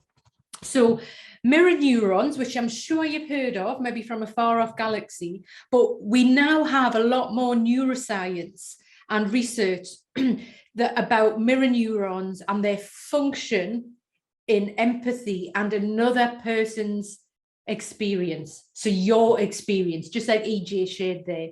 So they were clinically unproven until about 20 years ago. But now they've knowing about this, and I'd like you to take this into your work next week. It's completely changed our understanding around brain, nervous system, and social behavior in relationships. So the mirror neuron is a type of cell located throughout the whole nervous system. Yeah, so I'm going full body here, full body. And they fire, I love that, firing neuron when we observe a behavior or emotion in another person. And that's really sitting with me, that picture EJ just painted for us there. This person might be online. It might be in therapy. It might be when we're watching a film or something on Netflix and we can't stop crying. Watching a movie, reading a story. We are moved. We are moved. Physically, emotionally, together, we are moved. So when we observe someone experiencing an emotion or action, the observer's neurons, your neurons, fire as if they are the ones acting. They stimulate internally without physically producing the action. Thus, the mirror neurons provide a link or a mirror. Again, thank you for that example, EJ, between the other person's actions and our own actions. So this positively does enable us, individuals, to experience what another has gone through as if they were the ones carrying them out. Okay, so often this felt countertransference caused by the firing of the neurons in your body. So in your work, your neurons are firing. In the past, it's been understood as empathy. Yeah, empathy has been seen as far more as just cognitive or a psychological phenomenon, which, however, Babette says that it is an integrated process involving both cognitive and somatic body activity. There's lots of different explanations for this, but I do love this quote from Nick Totten. Our body bathes in and soaks up the embodied presence of the other. We catch fire from them. We breathe them in and metabolize them. We reverberate to their rhythm, and our rhythms shift to echo them. So they do help us. This also helps us explain why at times our empathy runs out. When are we, somebody's just told me this and I have no reaction, we become burnt out. Yeah. So this unconscious mirroring may be a major factor in our profession around risk of compassion fatigue, vicarious trauma and burnout. And this is relevant to all therapists. To have some people say, oh, I've got 30 clients a week, I've got 40 clients a week. There's no stronger version than another. No, that's not true. And you might see it in your training, you know, where there's like the ego and the be strong, and yeah, they'll just fall off the end, right? Without, they will disappear and they will be gone. I've got all these, so the NHS, right? No one is invincible to this. Your body is completely part of this process, this autonomic mimicry, autonomic memory. But there's something in these moments that's, so there's a little health thing around that, and also some neuroscience, but also these moments, like AJ just mentioned there, they're called charged moments. So just think, I'd like you just to reflect on clients, moments, things that come up, who's coming to mind. There's often a charge around these moments. There's some energy, there's a connection. Yeah. And Michael Soth writes that reflection on countertransference often boils down to a contemplation of these charged moments in the relationship. Charged moments in the relationship. So there's something going on. Eric Byrne called this charge, or this energy, physis. And there's a few people here who've mentioned Patricia Clarkson. She called this metanoia, which is then what she named the Bramble, where you're studying. AJ, I think you went there as well. So this is these charged moments. It's extremely powerful, extremely powerful. So noticing them, but also I just want to go in, just before we take a short break, there's something that's really important to mention here, because as therapists, we want to avoid them sometimes. And I really have to encourage you to notice them. These charged moments in your therapeutic relationship, that when we want to be working it, especially in an embodied way and a somatic way, that the counter-transit, you can't do that and not have this, right? It's like the sun and the moon. Working in this way and being aware of this counter-transference, like we just said there about AJ's experience, it is messy, it is confusing, it is shameful to you, to me, right? It's non-linear and it's pretty complex, okay? So, these are examples that have happened to me, right? So, when this is happening real time, like, and I just notice what's coming to mind, right? What goes through my mind and what has is, oh my gosh, what is going on here? That moment where you think, oh shit, right? What's happening here? And these, for me, I'm thinking, is this really happening? In the moment, right now, is this actually happening? And also, what the hell do I do next? Oh, right. So it's really what we are feeling, having awareness of the breath. What do I do? So please remember that this happens to everyone. This happens to me all the time, all the time. So for people who are just starting out and you haven't run out the door yet, you know, stick with it. This is part of the process, that learning that AJ mentioned earlier. So surrendering to the process is difficult and it is uncomfortable. And it takes many failed attempts to, and really to screw up. And it's about, I've got it wrong, and being the bad therapist, because that's where we remember. AJ remembers that example. I remember many examples. Because actually what happens is, I had a client I was working with who, I'll explain this, it was online, we're in lockdown, she's in America, I'm here, long-term client, she's pregnant. She goes into freeze, I go into freeze. This is where I'm thinking, oh my God, is this happening? I don't know what to do. And we were literally both down the well. There was nobody up top. And I'm really thinking, wow, because my brain and body were in the freeze state, and I just didn't have a clue what to do. I didn't have a clue.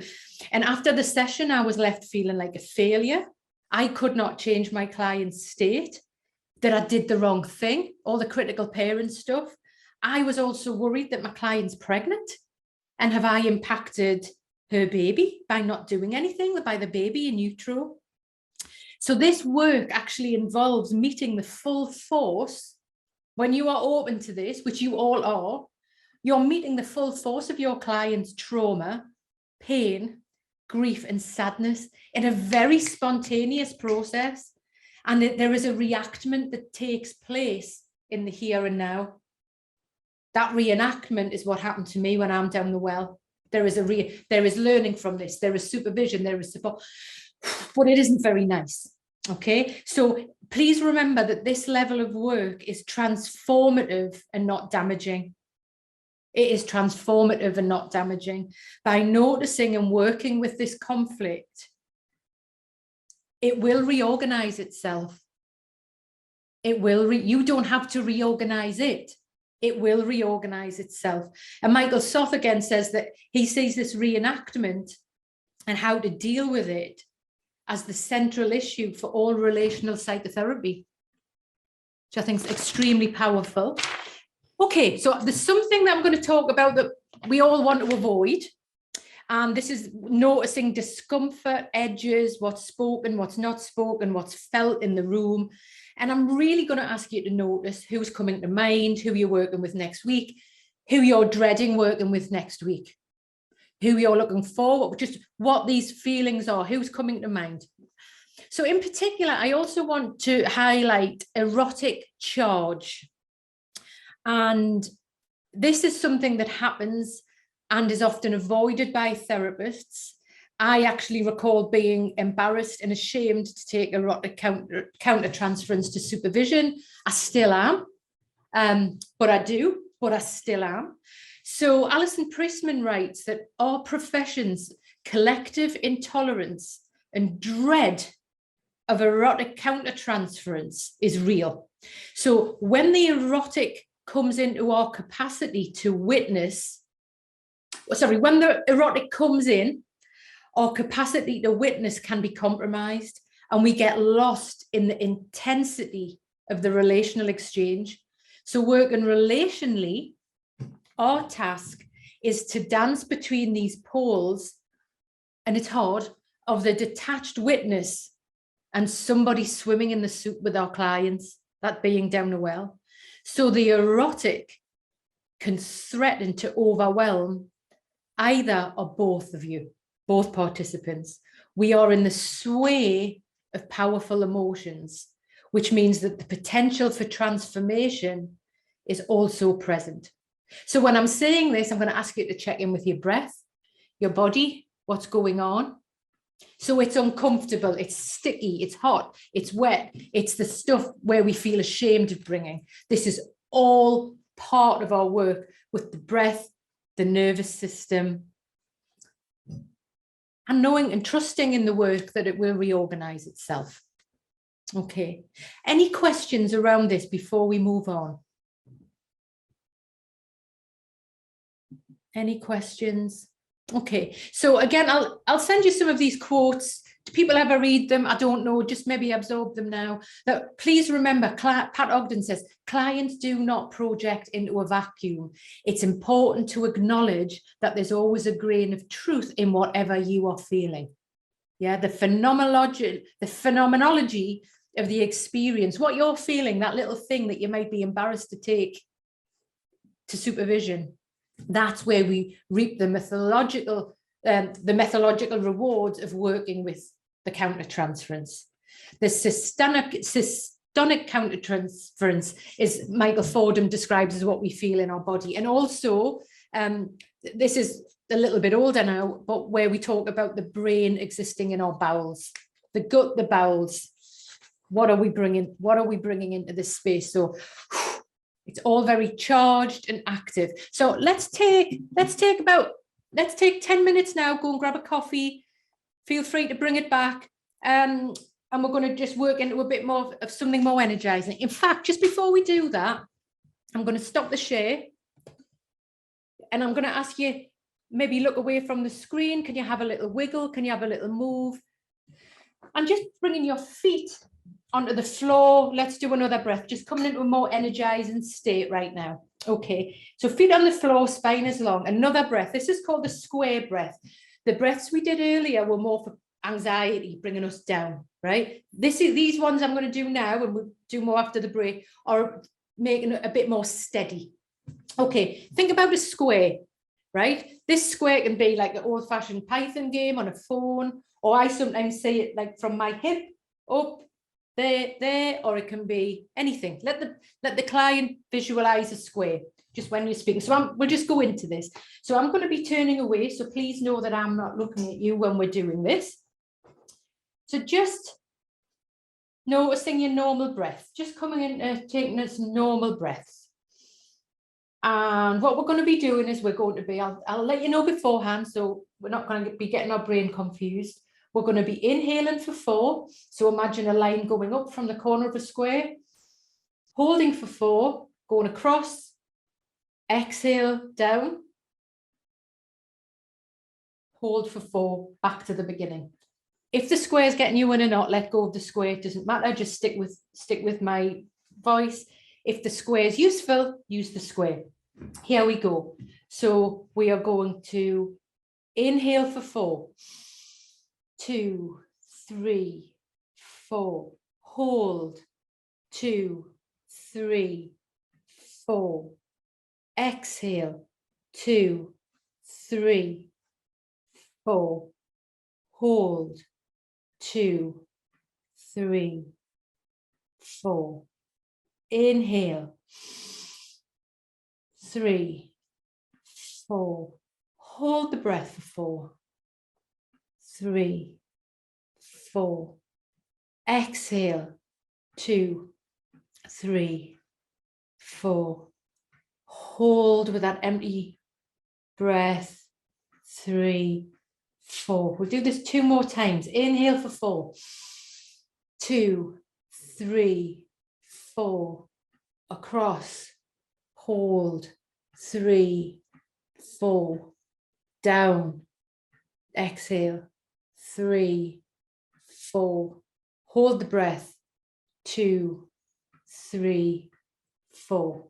Last time. Inhale, 2, 3, 4. Hold, 2, 3, 4. Exhale down, 2, 3, 4. Hold, 2, 3, 4. And just letting go of that square breath. Wiggle your fingers, wiggle your toes, maybe notice the floor, tap your heels where you're sitting on the floor, letting go of that breath. Move, just I'd encourage you to move your arms, notice what you need to do, and let's come back in 10 minutes, so 25 past. 25 past. Hi Shelley, welcome. So I'm going to ask you, just as we move into this next part, slightly more energizing and literally uplifting, hence the music that was just on. So it's slightly more energizing and uplifting. So rather than being high, the breaths that we did earlier were more for taking the sympathetic state down into steady, slightly more steady and up. Okay, so we've done the square breath that is slightly more energizing. So I'm going to ask you this time, turn to a different side. Feet touching the floor, just noticing where your feet are on the floor.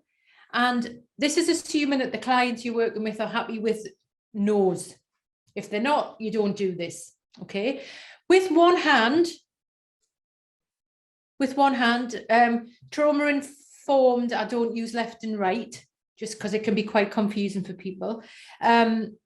So I'd like you just to, you can have a look at the screen if you want, but your thumb, I'm using my right hand and I'm putting my thumb on one nostril and then the first finger on the other. So I've got an on-off switch. That's it. On-off switch. Okay. So I'm turning away. I'll be forward and a bit off. So I'm not looking at you, but you can see what I'm doing. So I'm going to ask you sitting on the edge of your seat, toes on the floor. Take a deep breath through your nose, exhale through the mouth. Just do that a couple of times. Now closing, I'm going to close that right nostril. Close the right nostril. I'm going to ask you to inhale deeply through the left. Pause. Now close the left, open the right, exhale. Now keeping the hands still, inhale deeply through the right. Pause at the top. Close the right, open the left, exhale. Down. Deeply inhale through that left. Close the left, open the right, exhale. Pause for a beat, deeply inhale. Pause for a beat. Notice when your body's ready to exhale, closing the right, opening the left, exhale. Eyes open or closed, you choose, you decide, or somewhere in the middle. Inhale through the left, up. Awareness maybe up to the ceiling, the sky. Closing the left, opening the right, exhale down. Maybe awareness to where you're sitting, to your toes on the floor, down to the earth. And again, inhale deeply through the right nostril, awareness up to the ceiling, the sky. Closing the right, open the left, exhale. Awareness down to the floor, your feet below the earth. Twice more. Inhale up. Pause. Close the left, open the right, exhale. Final time. Deeply inhale through the right. Pause. Close the right, open the left, exhale. So just letting the hands drop, eyes open or closed, but maybe tuck your chin in a little bit to the chest, lengthening the spine. Just taking some natural breaths. Just checking in with how you feel, maybe wiggle your fingers, wiggle your toes, coming back into the space, coming back into the space. So slightly bringing the energy a little bit higher. A little bit higher. That's called the alternative nostril breathing. All these breaths are from yoga. I'm just trauma informing them, and we're delivering them without any magic haze and any crystals. We're just and we're pinning it on the nervous system. So the alternative nostril breath is good for feeling steady and energizing. Okay. So any questions before we move in? I did have one question. Just as you were starting that, you said that you don't not to use left and right. Yeah, and I use left and right. Oh no, was it? But yeah, what is the reason for that? Good, great question. So when I teach the trauma informed yoga and I do anything with groups, I don't mention left and right. In regular yoga, right foot up, left arm. Especially with survivors, there's trauma survivors, there's often a mix up with left and right, and it gets a bit confusing and shaming. So the language I use is very much the hand that's on the side of that foot that's out. So as a yoga teacher, or if I'm working with the body, it's hard work because you've got to sort of keep the language simple. So yeah, I would highly recommend, if you're working in groups or working with people, just drop the left and right out. Just reduces the chance of shaming, and it makes it a bit more accessible. Thank you. Great question. Great question. Okay, so we're looking at something higher, raising our spirits, So we have to remember that the work we do, people get well.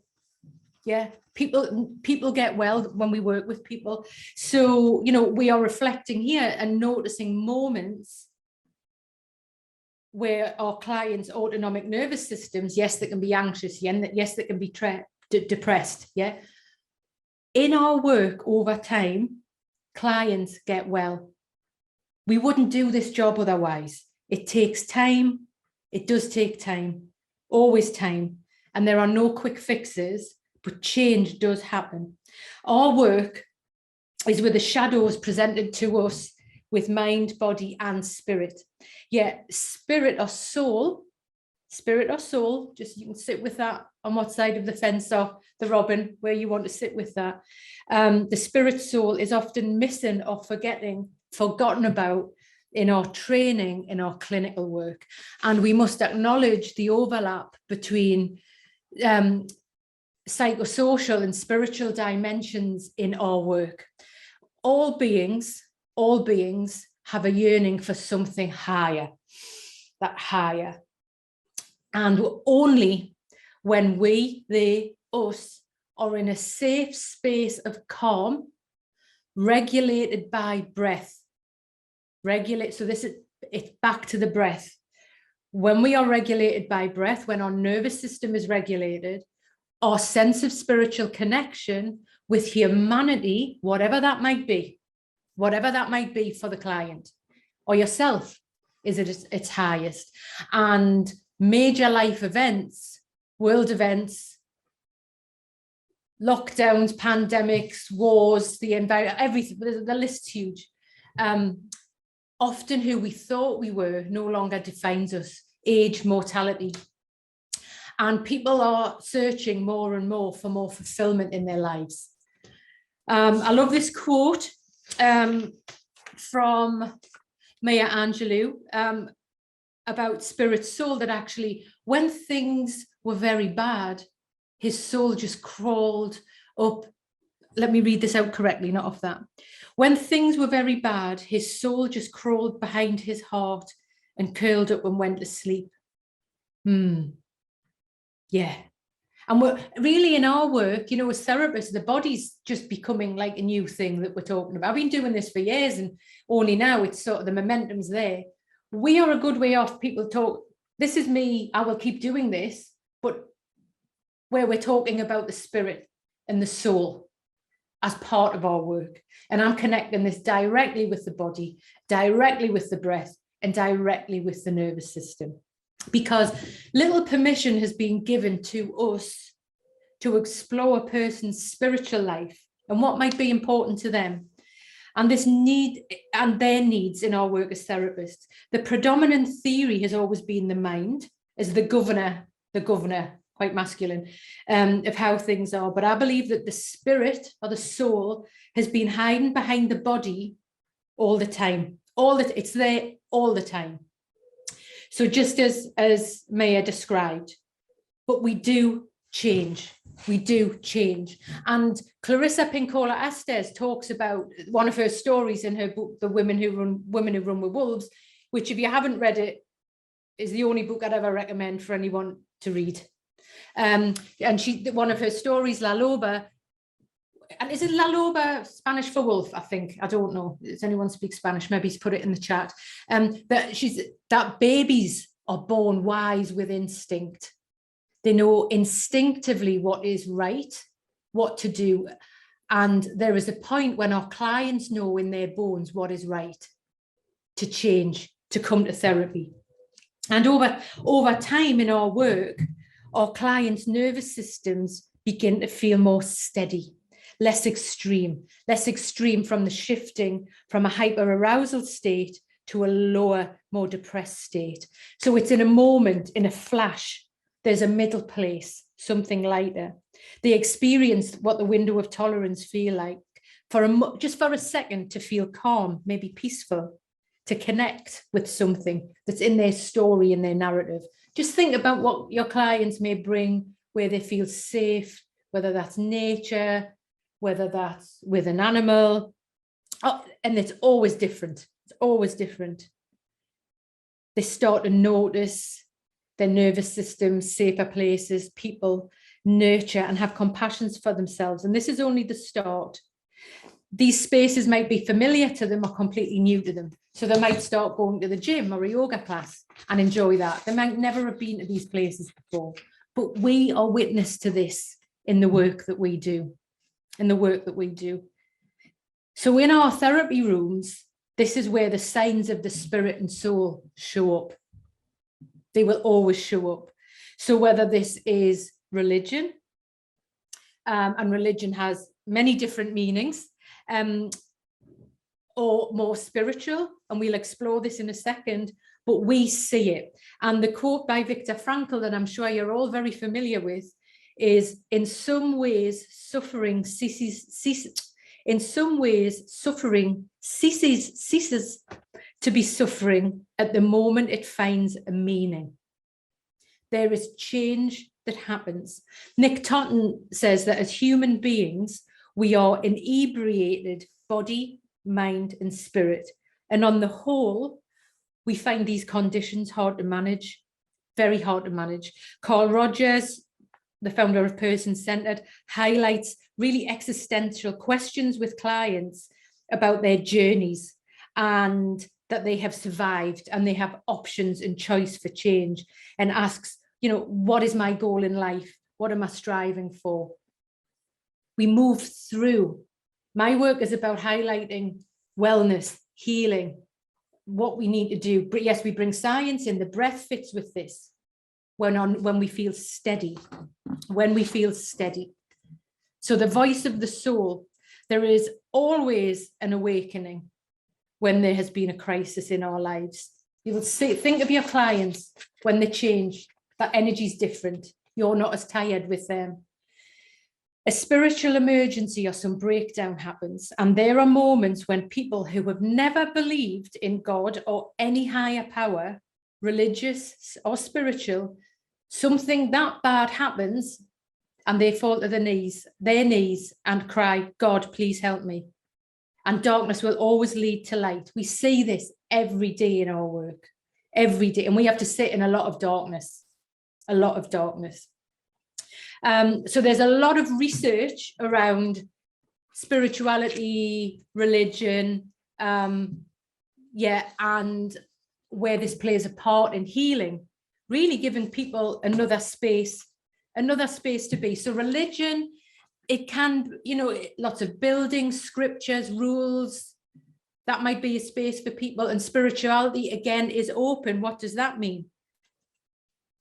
What does that mean, spirituality? So it often tends to be more spontaneous, associated with love, inspiration, wholeness, mystery, personal devotion, nature. Wildness is often very important in our work. How we regulate. Think about the spaces where you can regulate, where your clients regulate. Is it swimming? Is it being at the beach? Think about the spaces where your clients regulate. So this is a really, really big area, but the path to spirituality for most people has involved struggles, suffering, and pain. Yet what they get from this is a sense of peace, wholeness, and balance, often including the breath. Most spiritual activities include movement, and again, this can be walking, dancing. They're getting a bit of serotonin. They're moving their bodies, moving their fascia, breathing, regulating. Okay. So this can appear in many different spaces. Yeah, tiny sparks that I'd like, these charged moments. Please just reflect on who's coming to mind here. When they regulate, when they're more steady. This might be when therapy's ending as well. So there's emotion there. Joy, wonder. I'd like you also to reflect. We don't have much time. This is a hugely big area, and I run this as a separate workshop. Water plays a big part in a lot of narratives for people when they are getting well. It appears in lots of my work. And each time I enter the room, I'm often a little bit shocked that, oh, there's the water again. And water comes in many forms, what its meaning is for the client. Whether it's religion, whether it's swimming, whether it's being near water, the healing power of water appears in many narratives of change. And according to Carl Jung, water is the most common archetypical system of the unconscious, and all religions hold a reverence for it. In Islam, there's something called the primordial water, where the origin of life comes from, full potential. purifying, cleansing the outer body. Newborn, think about newborn babies in water, or adults being baptized, fully emerge, becoming reborn. In the Hindu religion, water has spiritual cleansing powers. In Sikhism, ashes are scattered in rivers, part of rebirth. In Judaism, there's a custom to pour out water on hearing the news of a death. Very, very powerful, very, very powerful. We might even see in our clients that they just want to go and sit by the ocean, take a swim, have a shower, have baths. So just think about what it means for your clients to believe in something, because they move to this state, whether it's cooking, art, dancing, spending time with their grandchildren, gardening, whatever. It's always different, but there'll always be roots of this spirit soul in the early days of therapy. And I'd ask you to get curious about that and hear, and even create a space for that soul spirit to be really at the beginning, the first session. Is there anything spiritually or religious that is important to you? However you want to phrase that, just to give them a space to bring that. They may not bring it, they might bring it, but you've created some space for that. So when we regulate, because change happens, we wouldn't do this job. Okay, so there's something that I think is wonderful when clients become more steady during therapy and choose to be in those places. Think about yourself, the spaces you like to be in. The spaces where we are very small usually. I like to be in the ocean, or near the ocean, under a big sky, or near a big mountain, something big, much bigger than me, much bigger. When we're in these places where we feel good and safe, we are creating an embodied state of mind, body, and spirit. Awe and wonder, beautiful words, awe and wonder enter our worlds. A numinous experience is what Rudolf Otto called it. And it underlies all religions and spirituality. And it has three components. One is, the first one is, I'll probably say them wrong, but I'll have a go. Mysterium, right? Numinous is wholly other, something that is entirely different from anything we experience in ordinary life. It may be something that takes your breath away.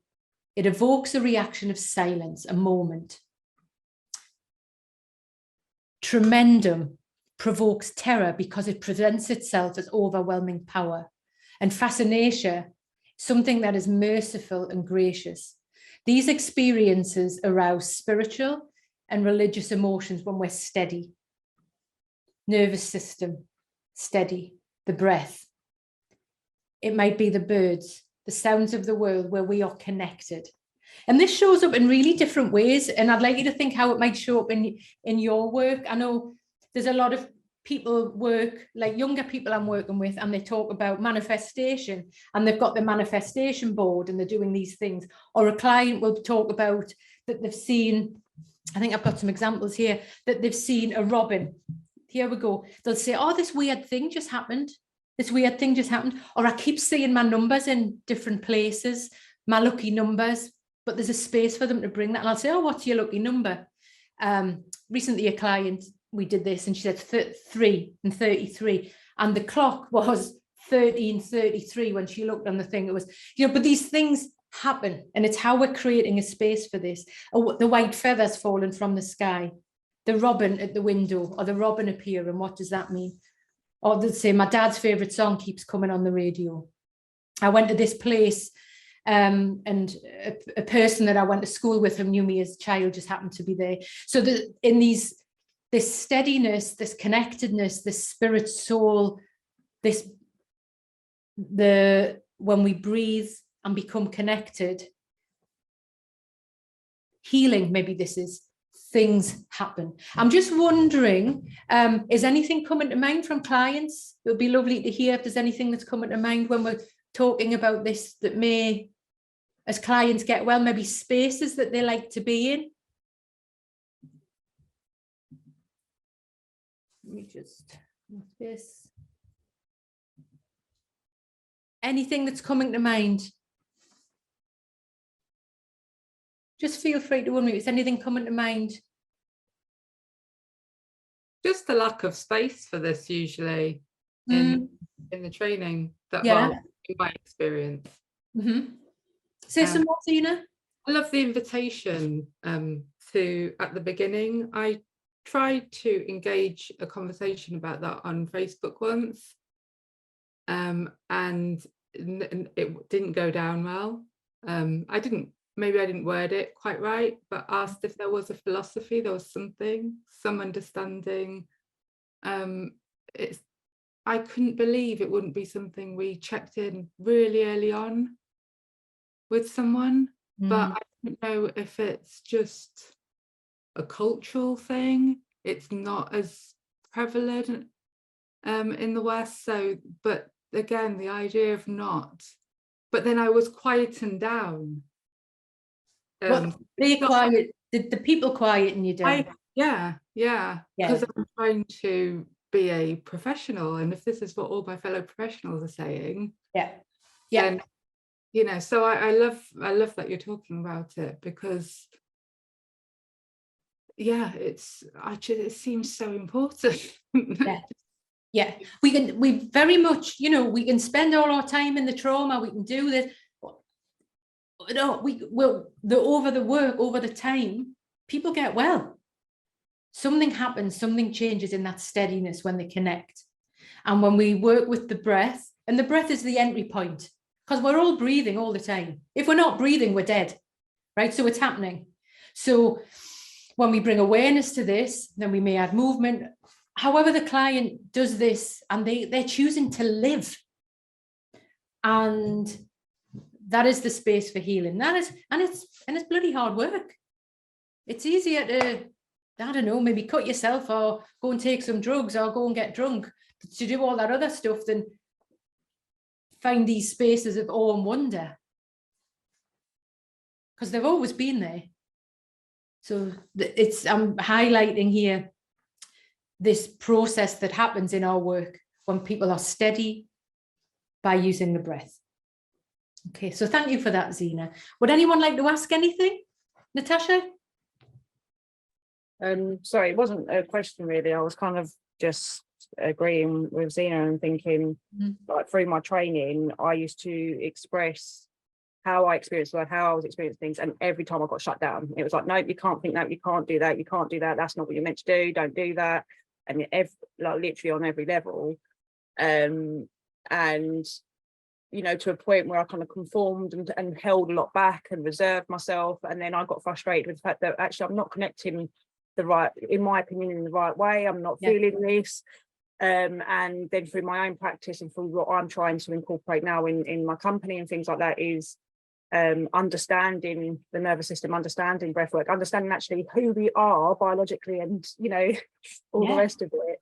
And I find it fascinating how religion and spirituality and things like that like cross over with science and neuroscience, and actually wherever you are, whoever you are, there is some level where where it will connect with you, and you'll be able to be, because it is worldwide, it is generic, we are all connected on this energetic level, and it's impactful onto each other. We are an experience of each other.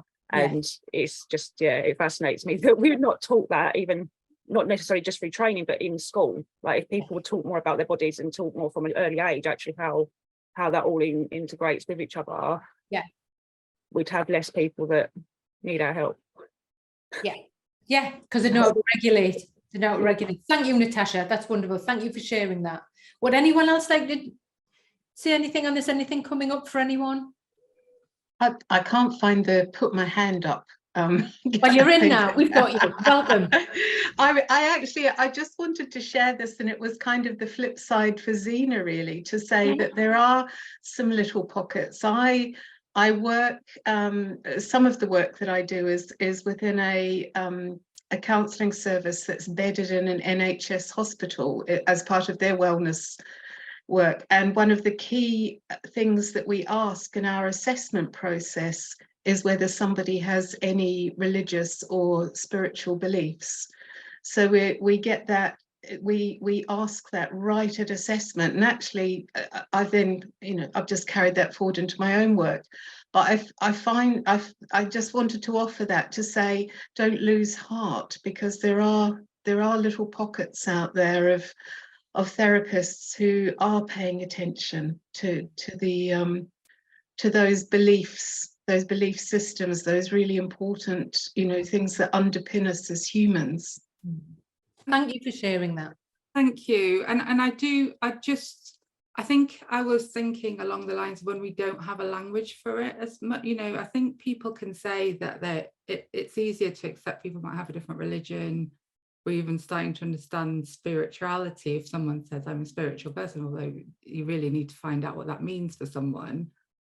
But and you're talking about people, Lorna, you mentioned people coming in with bits about manifestation, people that taking bits from really in-depth religions or understanding or philosophy, and picking bits out and wondering why it doesn't work, and buying this book and buying that, but they're searching,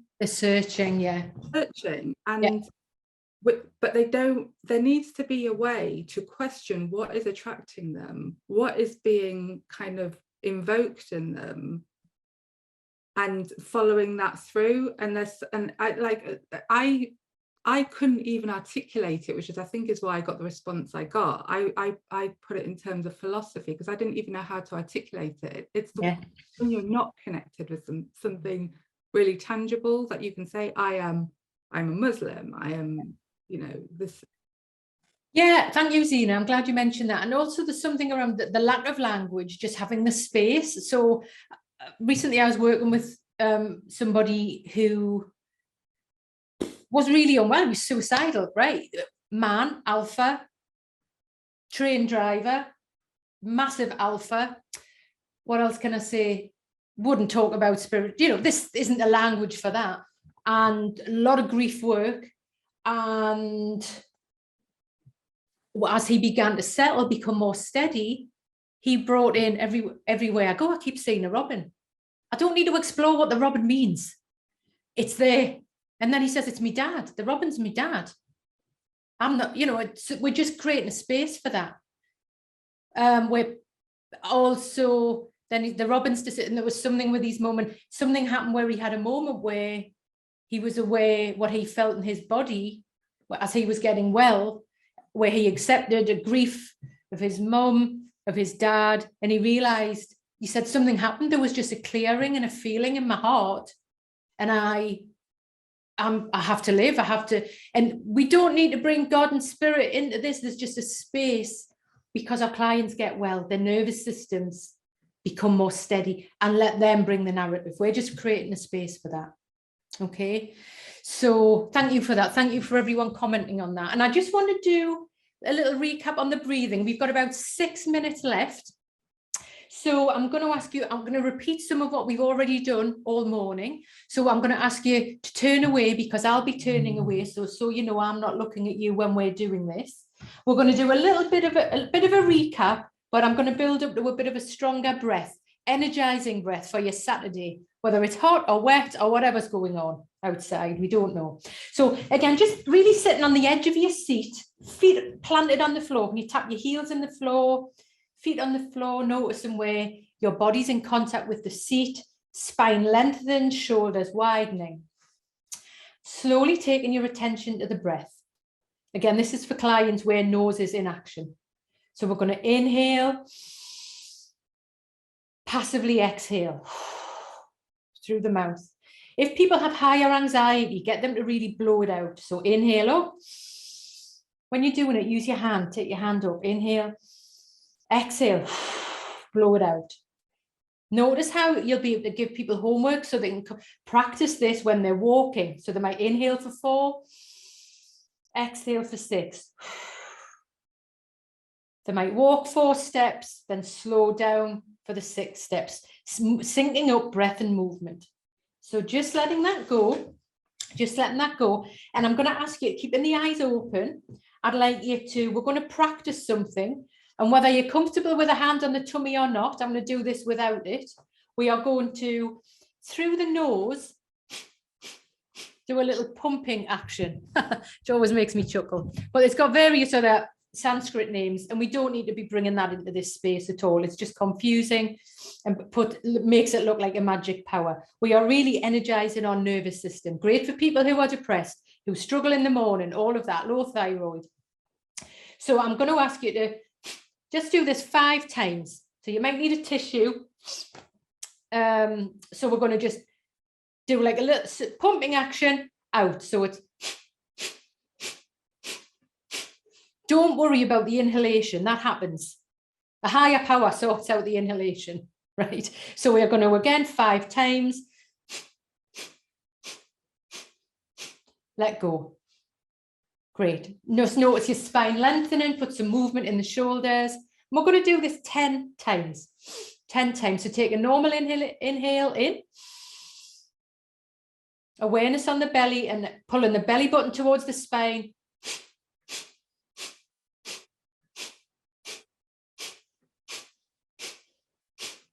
Hold the breath in.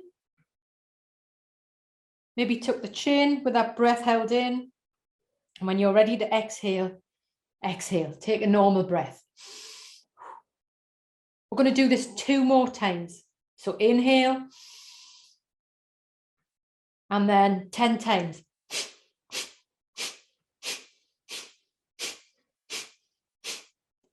Hold the breath.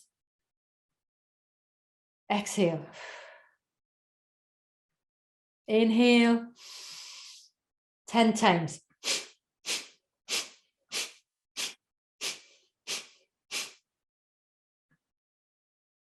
Let go. Deeply inhale through the nostrils. Fill the lower belly, side ribs, upper chest. Then just lock that breath in. Dip the chin. And when you're ready to exhale, exhale. Just letting that go. And I'd encourage you just to wiggle your fingers, wiggle your toes, letting that go. And I would recommend that if you're giving this for clients who have worked through some of these other breaths and they want to do more, and again, this is energizing from a lower place, maybe a stuck place. They start with 10, maybe get them up to 20. Know they can do that, get them to do it in the shower when they're out walking, waiting for the kettle to boil. Make it normal.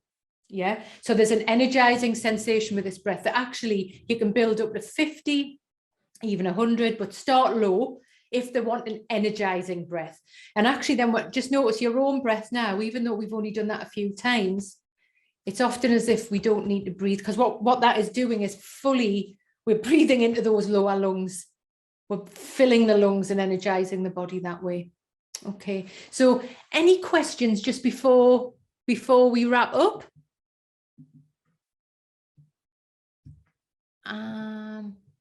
Okay, so I want to just thank you all for being here today, your interest in this work. I'm going to ask you to notice who that person was that we thought of at the beginning. If something's come up for you, who are you going to contact? Who are you going to speak to? I'm also going to ask you to notice what you need to do right now for the rest of the day in terms of your energy moving. It's a weekend. We've had some clients in mind to really get the people off you. Thank you. The book is coming out at the end of the year. It's called The Mind Movement through Karnak or Confer, one of them, the publishing arm of that. So thank you for asking that. And the depth of everything is in there. There's a lot of work in there. And I have to encourage you to go for it. Start off steady. But again, this is your confidence, the turning away, the doing it. Just let come to mind now, which clients are you wanting to work with next week on this? Really simply, just start off really simply with that passive exhalation and get them to do it for homework. So some breaths are for bringing people down, some are for up, some are for steady. I'll send you a handout on those breaths. I might even film you another video now going through all those breaths we've done today. In fact, I will do that. So you'll get that next week as well. Okay. Would that be helpful? Yeah. Okay. Is that useful? Great. So I'm going to ask everyone, could we all just unmute for a second? And we're going to just give Zena a round of applause. Just Zena, a round of applause. Thank you, Zena. And thank you, everybody, for your interest in this area. Please notice what you need right now to stay well today. And have a great Saturday. Thank you all for everything. And I will send you everything early next week. Thank you. Thank you Thank so you. much. Lorna. Thanks very much. Have a good day, everyone. Thank Thanks you. very Bye. much. Bye. Bye.